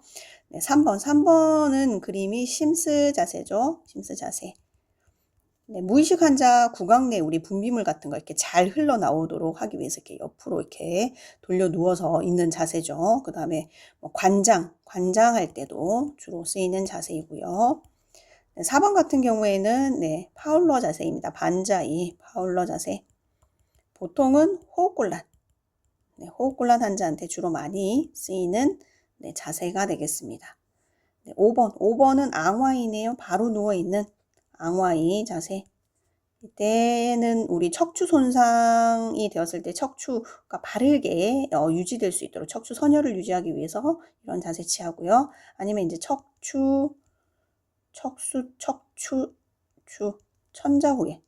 천자 후에 아니면 남성의 인공도뇨 시 우리가 앙와이를 취하게 되겠네요. 저혈량 쇼크에 빠졌을 때 취하는 체위, 변형된 트렌델렌 브루크 체위 1번이 해당이 되겠습니다. 44번 산소 마스크를 착용한 환자 간호시 압력에 의한 피부 손상 예방하는 방법으로 옳은 거 있습니다. 답은 1번에 비강 캐뉼라로 교체한다. 압력으로 인해서 피부 손상을 예방할 수 있는 방법이라고 했기 때문에 이게 압력과는 상관없죠. 교체한다고 해서 압력이 줄어들거나 하진 않을 거고요. 2번에 새로운 마스크 교체한다. 이것도 똑같은 맥락이겠네요. 3번에 마스크 끈을 느슨하게 한다. 라고 하면은 압력을 좀 줄일 수는 있겠는데 이렇게 하면은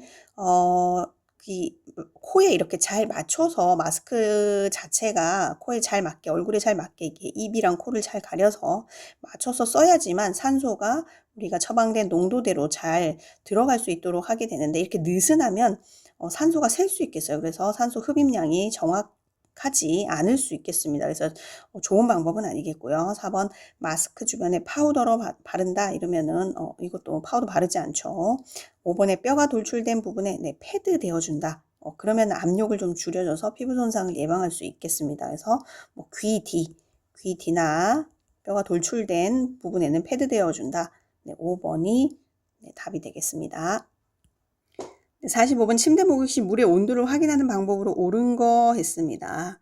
침대에 목욕을 할 때 우리 물의 온도 적절한 물의 온도가 몇 도일까요? 체온보다 높아야 되죠. 보통 그래서 43에서 46도 정도를 우리가 유지하는 게 좋겠다라고 했는데 온도계 있으면 이제 온도를 확인하면 되는데 온도계가 없는 경우에 우리 뭘 이용해요? 그렇죠. 팔꿈치로 확인을 합니다. 그래서 답은 2번이 되겠어요. 그래서 팔꿈치 넣어봐서 팔꿈치로 우리가 확인을 하는데 그 이유가 이제 팔꿈치 안쪽이 온도에 좀 민감하니까 온도계가 없는 경우에는 이렇게 확인을 해볼 수 있겠다. 그래서 답은 2번이 되겠습니다. 46번 왼쪽 팔에 편마개가 있는 환자에게 옷을 갈아입힐 때 간호로 옳은 거 있습니다. 1번에 왼쪽 팔부터 먼저 입힌다 했는데 한쪽에 이렇게 마비가 있는 경우 우리가 옷을 입힐 때 입을 때와 벗을 때를 좀 생각을 해보면요. 입을 때는 마비된 쪽부터 갈아입히면 됩니다. 입이 마비됐다. 이렇게 기억을 하시면 될 것 같고요. 그럼 반대로 이제 벗을 때는 건강한 쪽부터 벗으면 되겠어요. 건강한 쪽부터. 그럼 1번에 왼쪽 팔부터 먼저 입힌다 했으니까 입힐 때는 어떻게? 마비된 쪽이니까 왼쪽이 지금 마비되어 있네요. 그렇기 때문에 왼쪽 팔부터 먼저 입힌다. 1번은 답이 되겠고요. 앉아서 하의부터 입힌다 했는데 하의 입힐 때 앉아서 입히지 않죠. 누운 자세에서 입히는 게 훨씬 더 효율적으로 입힐 수가 있습니다.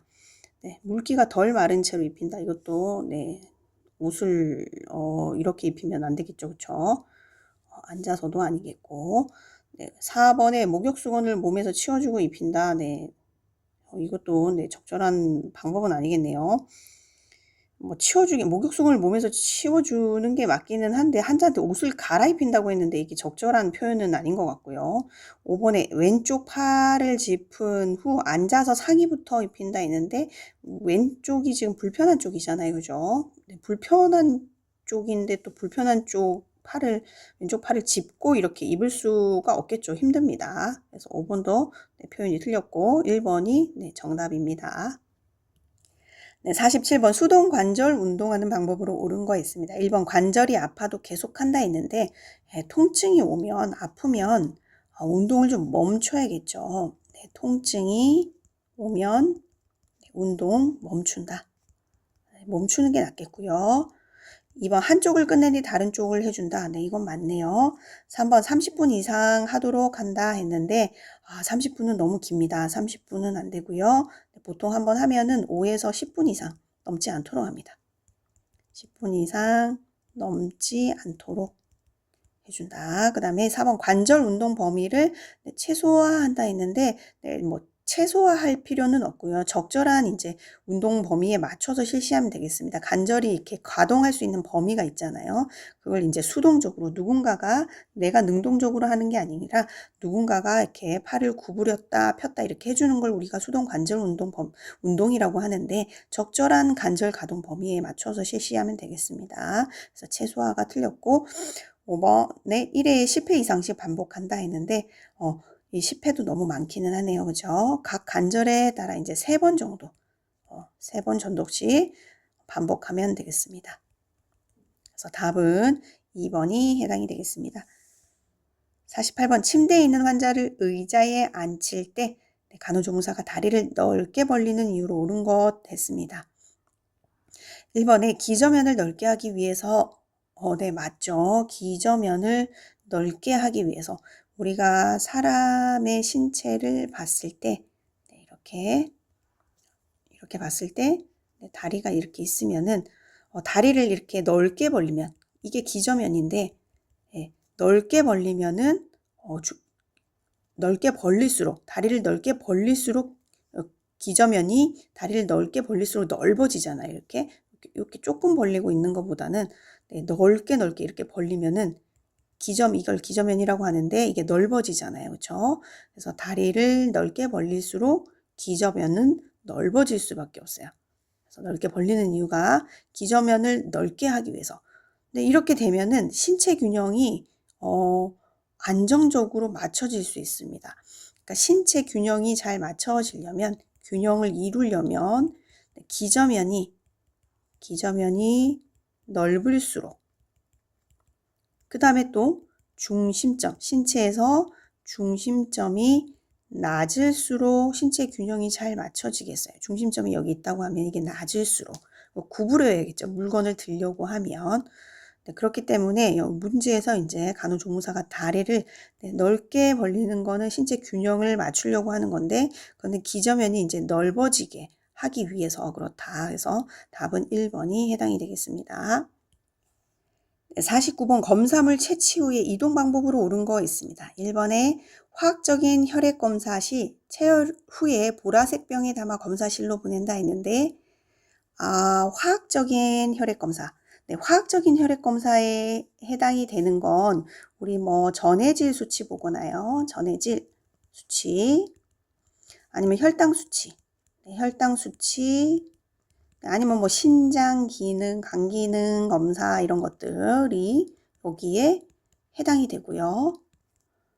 네, 기타 이제 화학적인 지표로 지표 같은 것들, 요산, 빌리루빈 이런 것들이 해당이 되겠는데, 네, 이런 거는 이제 보라색 병이 아니에요. 보라색 병에 담아야 하는 건 보통 이제 일반 혈액 검사인데요. 일반 혈액 검사에 해당되는 걸 우리가 병원에서 이제 CBC라고 합니다. CBC. 그래서 빈혈 검사라든지 헤모글로빈 수치, 그래서 WBC, RBC, 네, 그 다음에 혈소판, 이런 것들, 백혈구, 적혈구, 네, 백혈구, 네, 백혈구, 네, RBC는 적혈구, 네, 적혈구, 네, 이런 것들 수치를 보려고 하려고 할 때 우리가 이 보라색 용기에다가 담아서 네, 검사실로 보내게 되겠습니다. 그래서 잠깐 살펴보시면 그림으로 또 사진으로 한번 보죠. 네, 이렇게 EDTA 튜브라고 하는데요. 네, 이렇게 보라색 모양으로 되어 있는 것들이 우리 일반 혈액 검사할 때 보통은 담아서 보내게 되고요. 그 다음에 이제 일반적으로 화학적인 혈액 검사할 때는 보통 노란색 이런 것들이 해당이 되죠. 네, 그래서 잠깐 좀 눈으로 보시면은 좀 이해하기 쉬우실 것 같아서 잠깐 보여드렸습니다. 그리고 2번에 보시면 24시간 소변 검사 시 첫 소변은 받고 마지막 소변은 버린다 했는데 네, 앞에서도 이 문제 자주 나왔었어요. 24시간 소변 받는 방법. 그래서 첫 소변은 받는 게 아니라 네, 버리고 마지막 소변은 받는다. 네, 3번 아메바 이질 검사 시 대변은 받는 즉시 검사실로 보낸다. 이건 맞죠? 그렇죠? 네, 바로 보내야 돼요.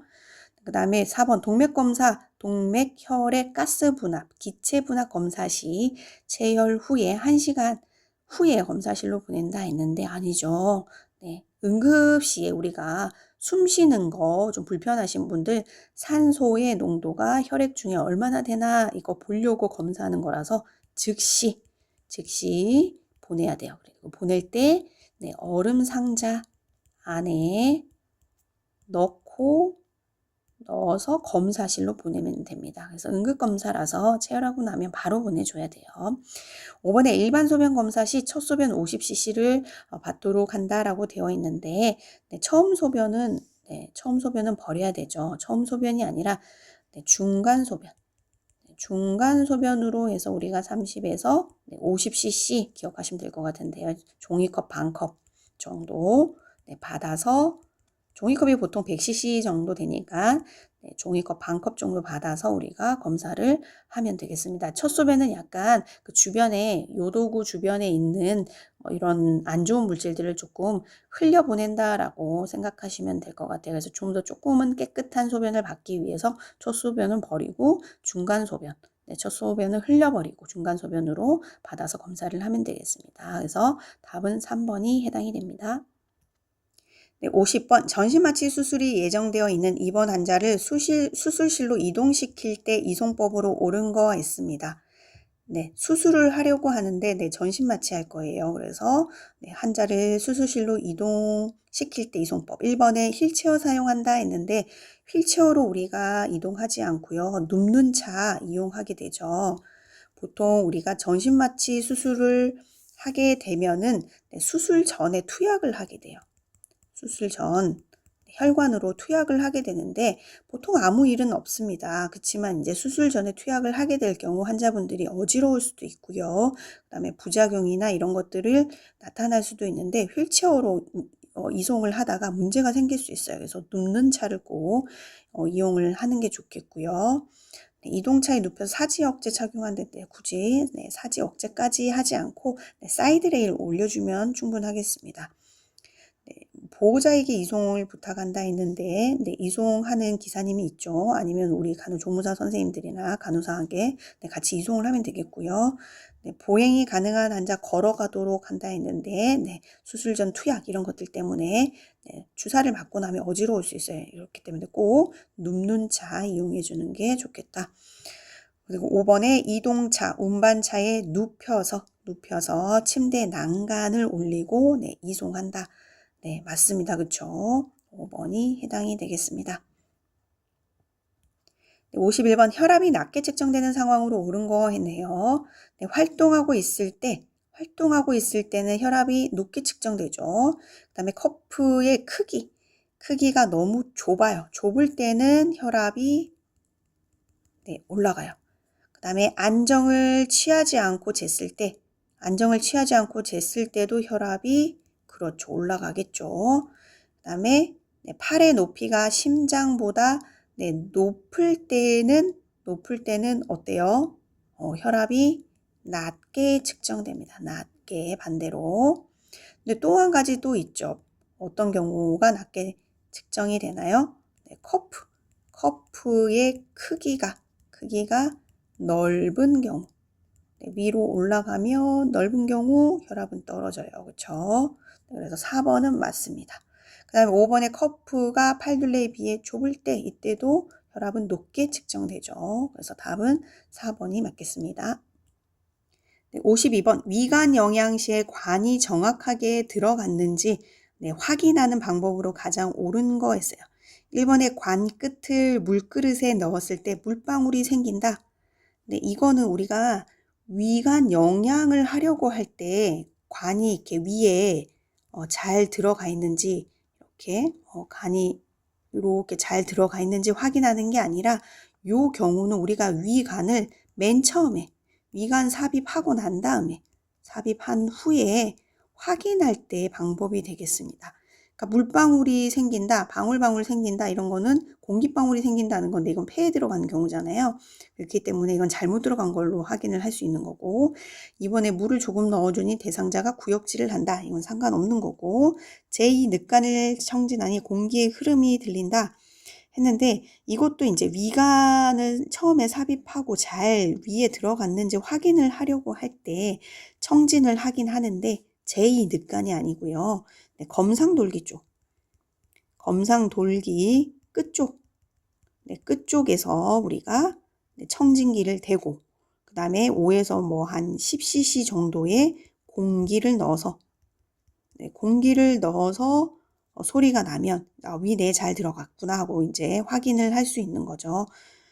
네, 4번 5에서 10cc의 물을 주니 물의 흐름 소리가 들린다 했는데 이것도 지금 이제 위관을 처음 삽입했을 때 확인하는 방법과 위관 영양, 그러니까 음식물을 우리가 영양액을 주려고 할 때 확인 방법이랑 막 섞여 있어요. 헷갈리게 하려고. 그래서 4번에 5에서 10cc 이것도 그러니까 위관 삽입 확인할 때는 물이 아니라 공기겠고 막 섞어놨네요 지금. 자, 5번 위 영양액 그렇죠. 음식물입니다. 네, 영양 액체를 조금 이렇게 흡인을 해봐요 주사기로. 그랬더니 내용물이 나와서 다시 넣어주었다. 이건 맞네요, 그렇죠? 네, 그래서 다시 넣어주는 이유는 우리가 위 내에서 나왔기 때문에 전해질 같은 거 손실을 방지하기 위해서 다시 넣어줘요. 다시 넣어주고 만약에 나온 위 내용물이 100cc 이상이다. 그러면은 소화가 덜 됐어. 그렇기 때문에 영양액을 주입하는 걸 연기해야 돼요. 그죠? 어쨌든 영양액을 주입하는 걸 연기하더라도 나온 내용물은 다시 넣어줘야 돼요. 100cc 이제 이하다 그러면은 다시 위 영양액을 시작하면 되겠습니다. 그래서 위관 영양시에 관이 정확하게 들어갔는지 확인하는 방법, 위 영양액을 조금 흡인해보는 방법이 되겠습니다. 5번이 답이네요. 네, 53번 욕창이 생기는 원인으로 옳은 거 했어요. 네, 욕창 자체가 생기는 게 이게 꽉 눌리니까 네, 조직의 압박,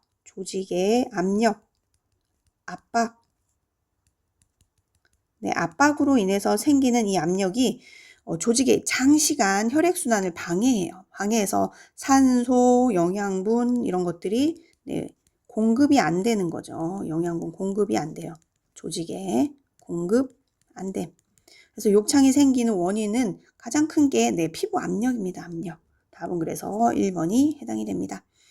54번 배설량에 포함되지 않는 것은 했습니다. 배설량, 섭취량, 아이오라고 우리가 얘기할 수 있는 섭취량, 배설량이 있는데 섭취량은 우리가 구강이든 비경구로든 이렇게 경구든 비경구든 들어가는 걸 우리가 섭취량이라고 하고 배설량은 이제 밖으로 나오는 양인데 이 배설량에 포함되지 않는 거가 이제 1번에 나오는 가글액이 포함 안 됩니다. 그 다음에 또 포함 안 되는 게 뭐 정상적인 대변 이런 것들 포함하지 않아요.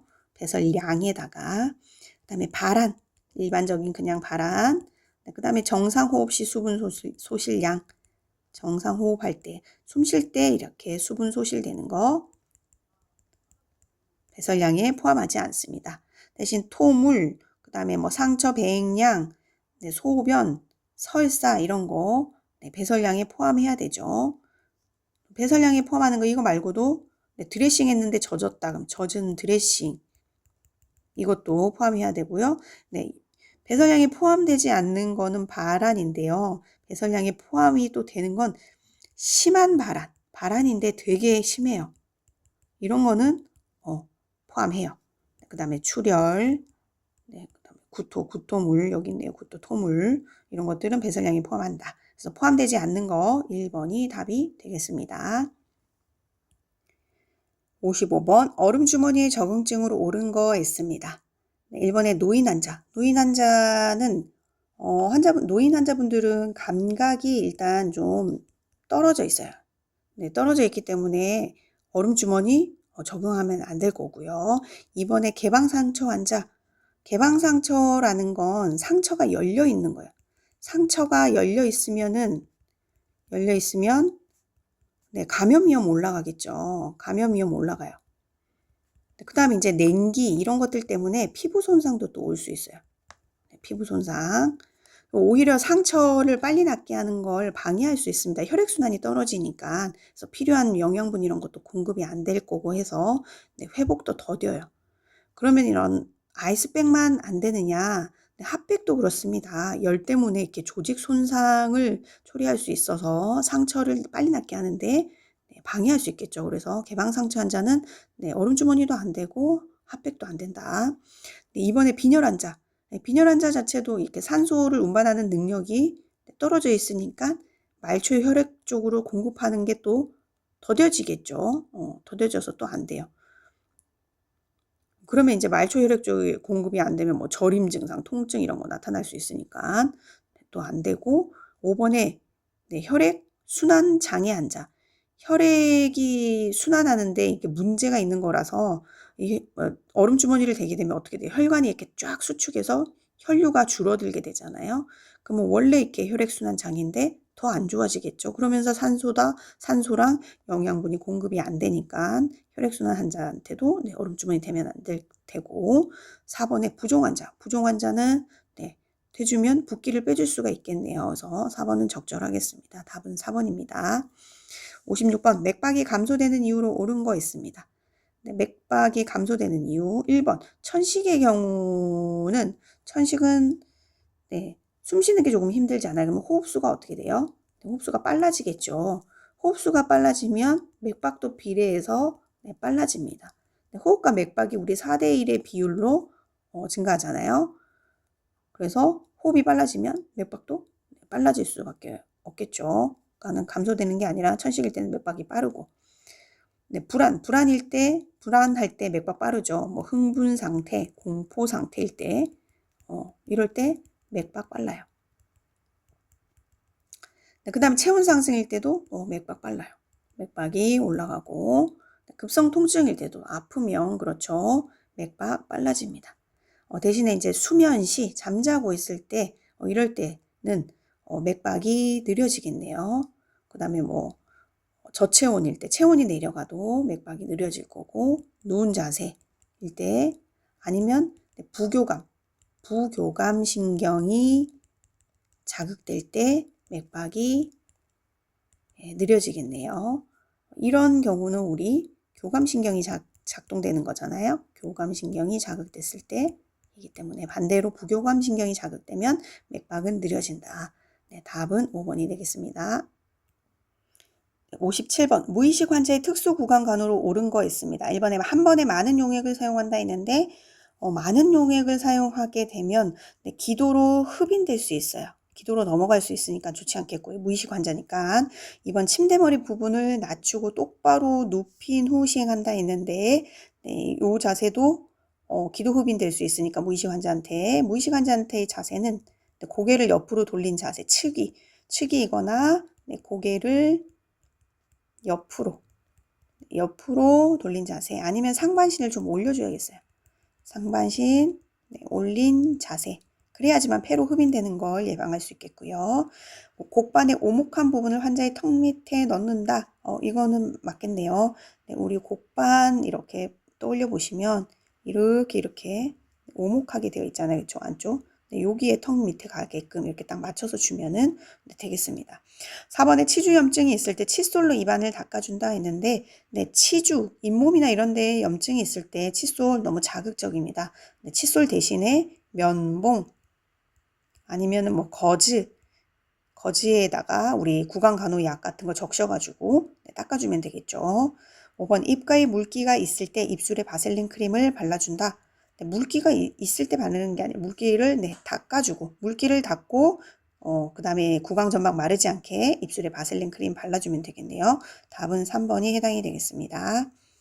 58번 멸균 상태로 간주할 수 있는 멸균품으로 옳은 것은 했습니다. 1번에 멸균품과 멸균품이 접촉한 경우는 멸균 상태로 우리가 간주할 수 있겠네요. 그래서 1번은 맞겠습니다.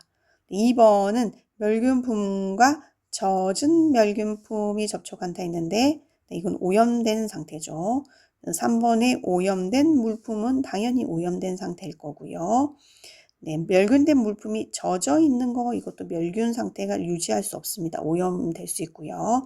5번에 멸균품과 깨끗하게 소독된 물품이 접촉한 경우 소독이 됐다라는 건 완전하게 멸균된 거는 아니잖아요. 그죠? 우리가 멸균은 완전히 아포까지 다 죽인 상태예요. 죽인 상태, 씨앗까지도 다 죽인 상태, 균의 씨앗까지도 다 죽인 상태인데 소독은 그렇지 않아요. 씨앗은 남아있어요. 아포는 남아있는 상태일 수 있어서 이것도 멸균 상태를 유지할 수 없겠습니다. 그래서 이때는 이제 오염된 상태가 되겠네요. 일반적으로 병원에서는 컨타라고 얘기하는데요. 컨타미네이션, 오염된 상태가 되겠습니다. 답은 1번입니다. 59번 호흡곤란이 있는 환자의 자세로 옳은 거 있습니다. 호흡곤란이 있을 때 우리가 취해줄 수 있는 자세, 그렇습니다. 상체를 높여주는 파울러 자세,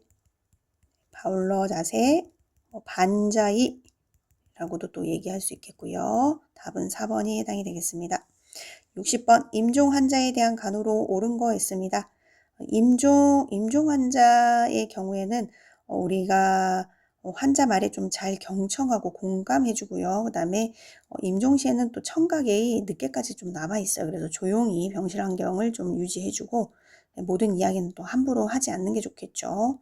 그 다음에 시력이 또 이때는 좀 약해질 수 있어서 방은 좀 밝게 해주는 게 좋겠습니다. 그래서 선지에서 찾아보면은 답은 그쵸 4번이 해당이 되겠네요. 61번 수술 후 유치도뇨 제거 후 자연 배뇨를 하지 못하는 환자에 대한 간호로 옳은 거 있습니다. 1번에 차가운 물을 부어준다 했는데 차가운 물이 아니라 따뜻한 물. 따뜻한 물을 부어주면은 조금 이완될 수 있어서 차가운 것보다는 따뜻한 게 낫겠고요. 이번에 따뜻한 변기를 데워준다. 근육이 이완되면서 소변을 볼 수 있는 환경을 마련해 줄 수 있겠네요. 3번에 복부 마사지를 해준다 했는데 복부 마사지가 아니고요. 하복부에 우리 더운 물 주머니를 좀 대주거나 아니면 대퇴 안쪽 내면을 좀 문질러서 이완을 시켜줄 수는 있겠습니다. 4번에 물을 많이 마시게 한다라고 되어 있는데 물은 많이 마시는 게 아니라 의사가 이제 먹어도 된다 허락이 있으면 적당량 수분 섭취 좀 격려해 주는 것까지는 괜찮겠죠. 5번 유치도뇨를 실시하도록 한다 했는데 소변을 자연 배뇨를 하지 못한다고 해서 바로 유치 도뇨를 하진 않고요. 그러니까 유치 도뇨를 제거하고 자연 배뇨를 하기 위함이기 때문에 자연 배뇨를 할 수 있도록 격려하는 데까지 해보고 나중에 최후에 정 안 되면 뭐 할 수 있는 방법이긴 하겠습니다만 네, 자연 배뇨를 하지 못하는 환자한테 바로 할 수 있는 방법은 네, 아니겠어요. 답은 2번입니다. 62번 하지마비 환자에게 변기를 대어주는 방법으로 옳은 거 있습니다. 네, 마비가 되었기 때문에 이거는 환자가 엉덩이를 스스로 들어 올릴 수가 없겠죠. 그렇기 때문에 우리가 옆으로 돌린 다음에 측이를 취하게 해서 그 다음에 변기를 엉덩이에 대어주고 다시 반듯하게 돌아 눕히면 되겠습니다. 그래서 2번이 해당이 되겠습니다. 63번 유치도뇨 환자의 요로 감염을 방지하기 위한 방법으로 옳은 것은 했습니다. 1번에 소변 주머니를 매일 교환한다 했는데 주기적인 교환 권장하지 않는다라고 했어요. 교환을 함으로 인해서 감염의 위험성을 좀 더 높인다고 보고 있기 때문에 주기적인 교환, 그걸 더군다나 매일 교환한다, 감염의 위험성을 훨씬 더 높일 수 있습니다. 권장하지 않습니다. 2번 소변 주머니를 바닥에 닿게 한다. 그러면은 바닥에 있는 오염물이 소변백을 타고 역행으로 또 올라가서 균의 감염을 일으킬 수 있겠죠. 그래서 바닥에 닿지 않게 해야 돼요.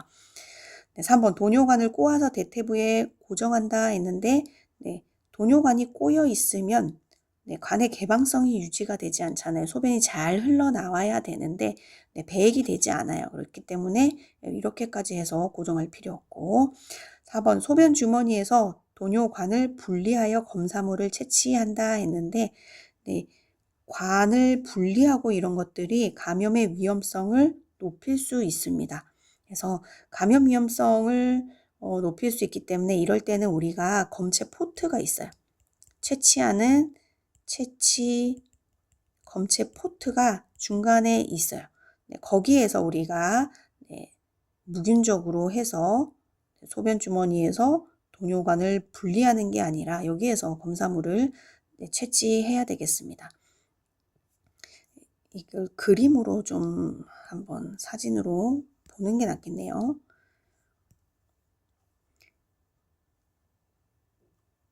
네, 이렇게 우리가 이제 환자분들이 소변백을 가지고 계시는 경우들 종종 보죠. 네, 이렇게 들고 있는데요. 소변백은 네, 이 위치 자체도 우리가 방광이 여기에 있으면 위치도 이것보다 낮게 항상 낮은 상태에서 위치해야 돼요.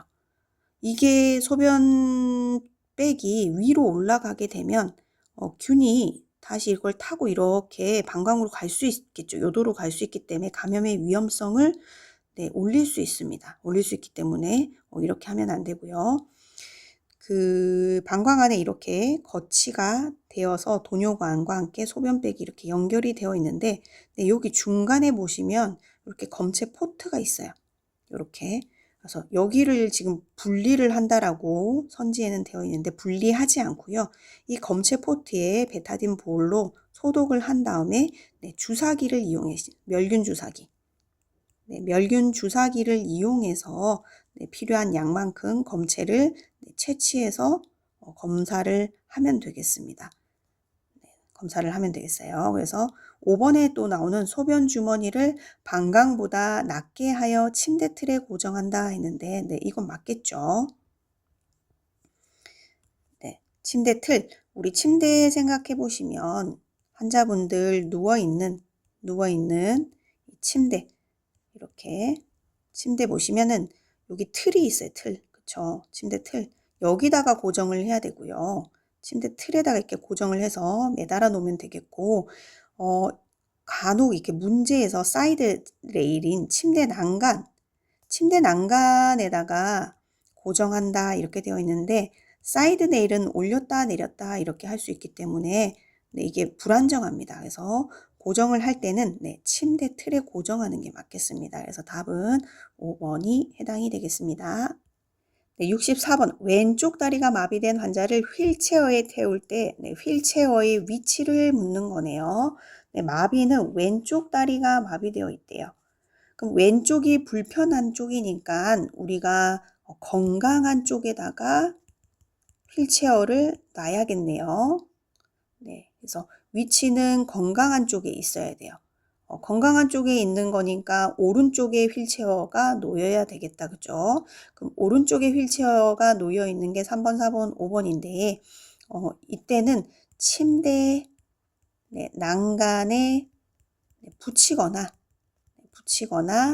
아니면 30에서 한 45도 정도 비스듬히 놓여 있는 게 맞겠습니다. 옮겨갈 건데 팔로 짚어야 되는데 4번 그림은 휠체어가 너무 아래쪽에 가 있어요. 그렇죠? 팔로 짚어서 건강한 손으로 짚고 옮겨갈 거니까 답은 3번이 해당이 되겠습니다. 65번 이유식을 주는 방법으로 옳은 거 했습니다. 1번에 생후 1개월부터 시작한다라고 했는데 1개월이 아니라 우리 보통 치아가 딱 나는 시기는 언제인가? 6개월부터 시작하죠. 그 다음에 2번 영양이 풍부한 육류부터 준다라고 했는데 제일 먼저 우리가 줘야 되는 게 곡물입니다. 곡물 먹어보고 괜찮으면 고기, 그 다음에 야채, 그 다음에 마지막에 과일 순으로 주시면 되겠습니다. 3번 조제식과 우유를 섞어서 준다라고 했는데 섞어서 주는 게 아니라 씹는 맛을 알아야 되잖아요. 그죠? 그래서 4시간 간격으로 우리 조제식 먼저 주고요. 먼저 주고 나중에 우유 주면 되겠습니다. 그래서 틀렸고 4번 한 번에 한 가지씩 준다. 맞죠? 5번에 싫어하는 음식이라도 계속 준다. 계속 주지 않아요. 그죠? 억지로 먹이지 않아요. 그래서 답은 4번이 해당이 되겠습니다. 66번 내 가족 손 씻기에 관한 설명으로 옳은 거 있습니다. 1번에 물과 비누로 씻을 때 10초간 손을 마찰하고 손 씻기 전체를 20초 이내로 마친다 했는데 20초 전체를 20초 이내로 끝내기에는 너무 짧네요. 물과 비누 이용한 손 씻기는 우리 보통 40에서 60초 정도 적당하겠고 알코올 제제를 이용했다. 그럴 때는 20초에서 30초 20에서 30초가 적당하다. 비누로 씻을 때는 1분 정도는 돼야 된다. 2번 물과 비누로 씻은 후 손을 오염시키지 않는 방법으로 완전히 건조한다. 네, 맞습니다. 그죠? 3번 물과 비누로 씻을 때 팔꿈치가 아래로 가도록 손을 위로 올린다. 이 얘기는 요렇게 되는 거잖아요. 손이 이렇게 되는 거는 외과적인 손 씻기죠. 외과적인 손 씻기. 지금 질문에서는 내과적인 손 씻기 물어봤으니까 팔꿈치가 이렇게 팔꿈치가 아래로 가도록 손을 위로 올리는 게 아니라 내과적인 건 반대로 돼야겠다. 그죠? 4번 알코올 제제를 사용할 때 일회용 수건으로 손을 닦는다 했는데 알코올 제제를 이용할 때는 수건으로 손을 닦을 필요가 없고 손 소독제가 완전히 마를 때까지 마찰을 시키면 됩니다.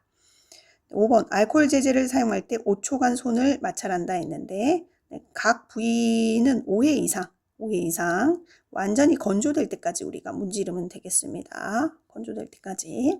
그래서 답은 2번이 해당이 되겠습니다. 67번 수술 후 배액관과 배액 주머니가 적용된 환자를 위한 간호 내용으로 옳은 거 했네요. 요거는 사진을 보면서 좀 설명을 드릴게요.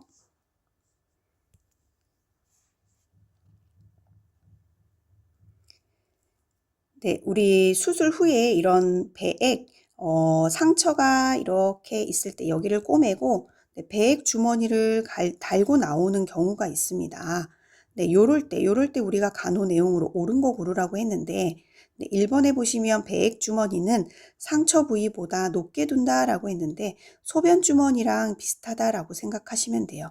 이 배액 주머니 자체는 상처에서 이렇게 중력으로 인해서 이렇게 혈액이나 이런 장애 물질들이 이렇게 나오게 되어 있는데 이거를 위로 올리게 되면은 다시 이렇게 역류할 수 있겠죠. 그렇기 때문에 높게 두지 않습니다. 아래쪽에 내려두고요. 그 다음에 배액 주머니의 배출구 마개 자체에 열어둔다 했는데 마개 이거 여기 보시면 마개가 있는데 이 마개를 열어둘 필요 없죠. 마개는 꼭 잠궈두면 됩니다. 그 다음에 배액관이 꺾이도록 고정한다 했는데 상처 부위에서 뭐 피나 이런 것들이 고여 있는 것들이 이렇게 배출되게 하는 거라서 꺾이거나 꼬여 있으면 안 되겠습니다. 항상 개방성 이렇게 열려 있는 거, 또 뚜껑 열리는 거랑 또 헷갈리실 것 같네.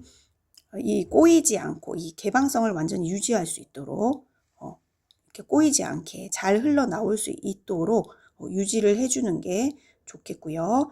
그 다음에 4번에 배액관 위쪽에 잠금 장치를 잠가둔다 했는데 배액관의 이렇게 중간에 보시면 이런 것들이 있어요. 이렇게 잠금 장치가 중간에 한 번 더 있는데요. 이 잠금 장치를 꾹 누르게 되면 잠궈두면은 배액이 못 되게 이렇게 배액이 될 수 없게끔 되어 있어요. 여기가 이렇게 꽉 막히는 거니까 될 수 없게 되어 있기 때문에 이건 항상 이렇게 열어둬야 됩니다. 그래야지만 이렇게 배액이 될 수 있게끔 유지를 할 수 있겠죠. 그래서 잠금 장치는 잠궈두지 않습니다. 오픈한 상태로 해서 둬야 되고요. 5번에 배액관 삽입 부위에 발적, 배액관 삽입 부위에 발적이 있다, 빨갛게 됐다 그러면 이거는 염증이 있는 거잖아요. 그렇기 때문에 문제가 있을 수 있어서 보고한다. 네, 답은 5번이 해당이 되겠습니다. 68번 손목 보호대를 적용할 때 손목과 보호대 사이에 손가락 2개 정도의 여유 두는 이유 어렵지 않습니다. 혈액순환 유지하기 위해서 답은 4번입니다. 69번 전신 마취하의 위장 수술을 받은 직후 병실에 온 환자를 위한 간호 내용으로 옳은 거 있습니다. 1번에 오한을 호소하는 경우 체온이 오르지 않게 이불을 제거한다 했는데 오한이 나타나는 이유는 우리 몸이 추위를 느낄 때 근육이 이렇게 떨면서 열을 발생시켜서 체온을 올리려고 하는 겁니다. 그렇기 때문에 이때는 이불을 덮어주는 게 도움이 되겠죠. 그래서 제거한다는 아니겠어요. 제거를 하게 되면 더 춥게 느껴지고 오한이 더 심해질 수 있습니다. 2번 목이 마르다고 하는 경우 미지근한 물을 마시게 한다 했는데 보통 전신마취하에 장수술을 받은 경우에는 금식인 경우가 거의 대부분입니다. 그래서 물을 마실 수 없고요. 3번 수술 부위에 복대를 적용한 경우 기침을 제한한다 했는데 수술 부위를 이렇게 복부 쪽이니까 이렇게 꼬매놨겠죠. 그러면 이제 기침을 하게 되면 복압이 올라가게 되니까 통증이 올라가서 환자분들이 기침을 안 하려고 해요. 이 부위에 이제 복대를 이렇게 대놓으면은 지지가 되고 좀 안정적이죠. 그렇기 때문에 기침을 잘 할 수 있어요. 그래서 기침을 이때는 복대를 하고 격려하는 게 맞겠습니다. 상처 부위 지지할 수 있어요, 복대가. 4번 답답함을 호소하는 경우 심상 난간을 내려준다 했는데 이렇게 되면 낙상 우려가 있기 때문에 이런 행위는 하지 않습니다. 5번 배액관이 삽입된 경우 눌리지 않게 한다. 위에서 한번 했었네요. 5번은 답입니다. 70번 복도에 앉아있는 환자를 일으킬 때 간호조무사가 자신의 무릎을 굽히는 이유 물어봤어요. 무릎을 굽히는 이유 앞에서 신체의 균형 얘기하면서 우리 중심점, 기저면 이거 얘기했었죠. 신체의 균형을 유지하기 위해서는 기저면이 넓을수록 좋고 중심점이 낮을수록 좋다라고 했어요. 그래서 무릎을 굽힌 거니까 신체에 어때요? 무게중심점이 낮겠죠. 그럼 균형을 잘 유지할 수 있겠습니다. 그래서 옮기기가 조금 수월해질 수 있어요. 그래서 답은 4번이 해당이 되겠습니다. 끝까지 들어주셔서 감사합니다.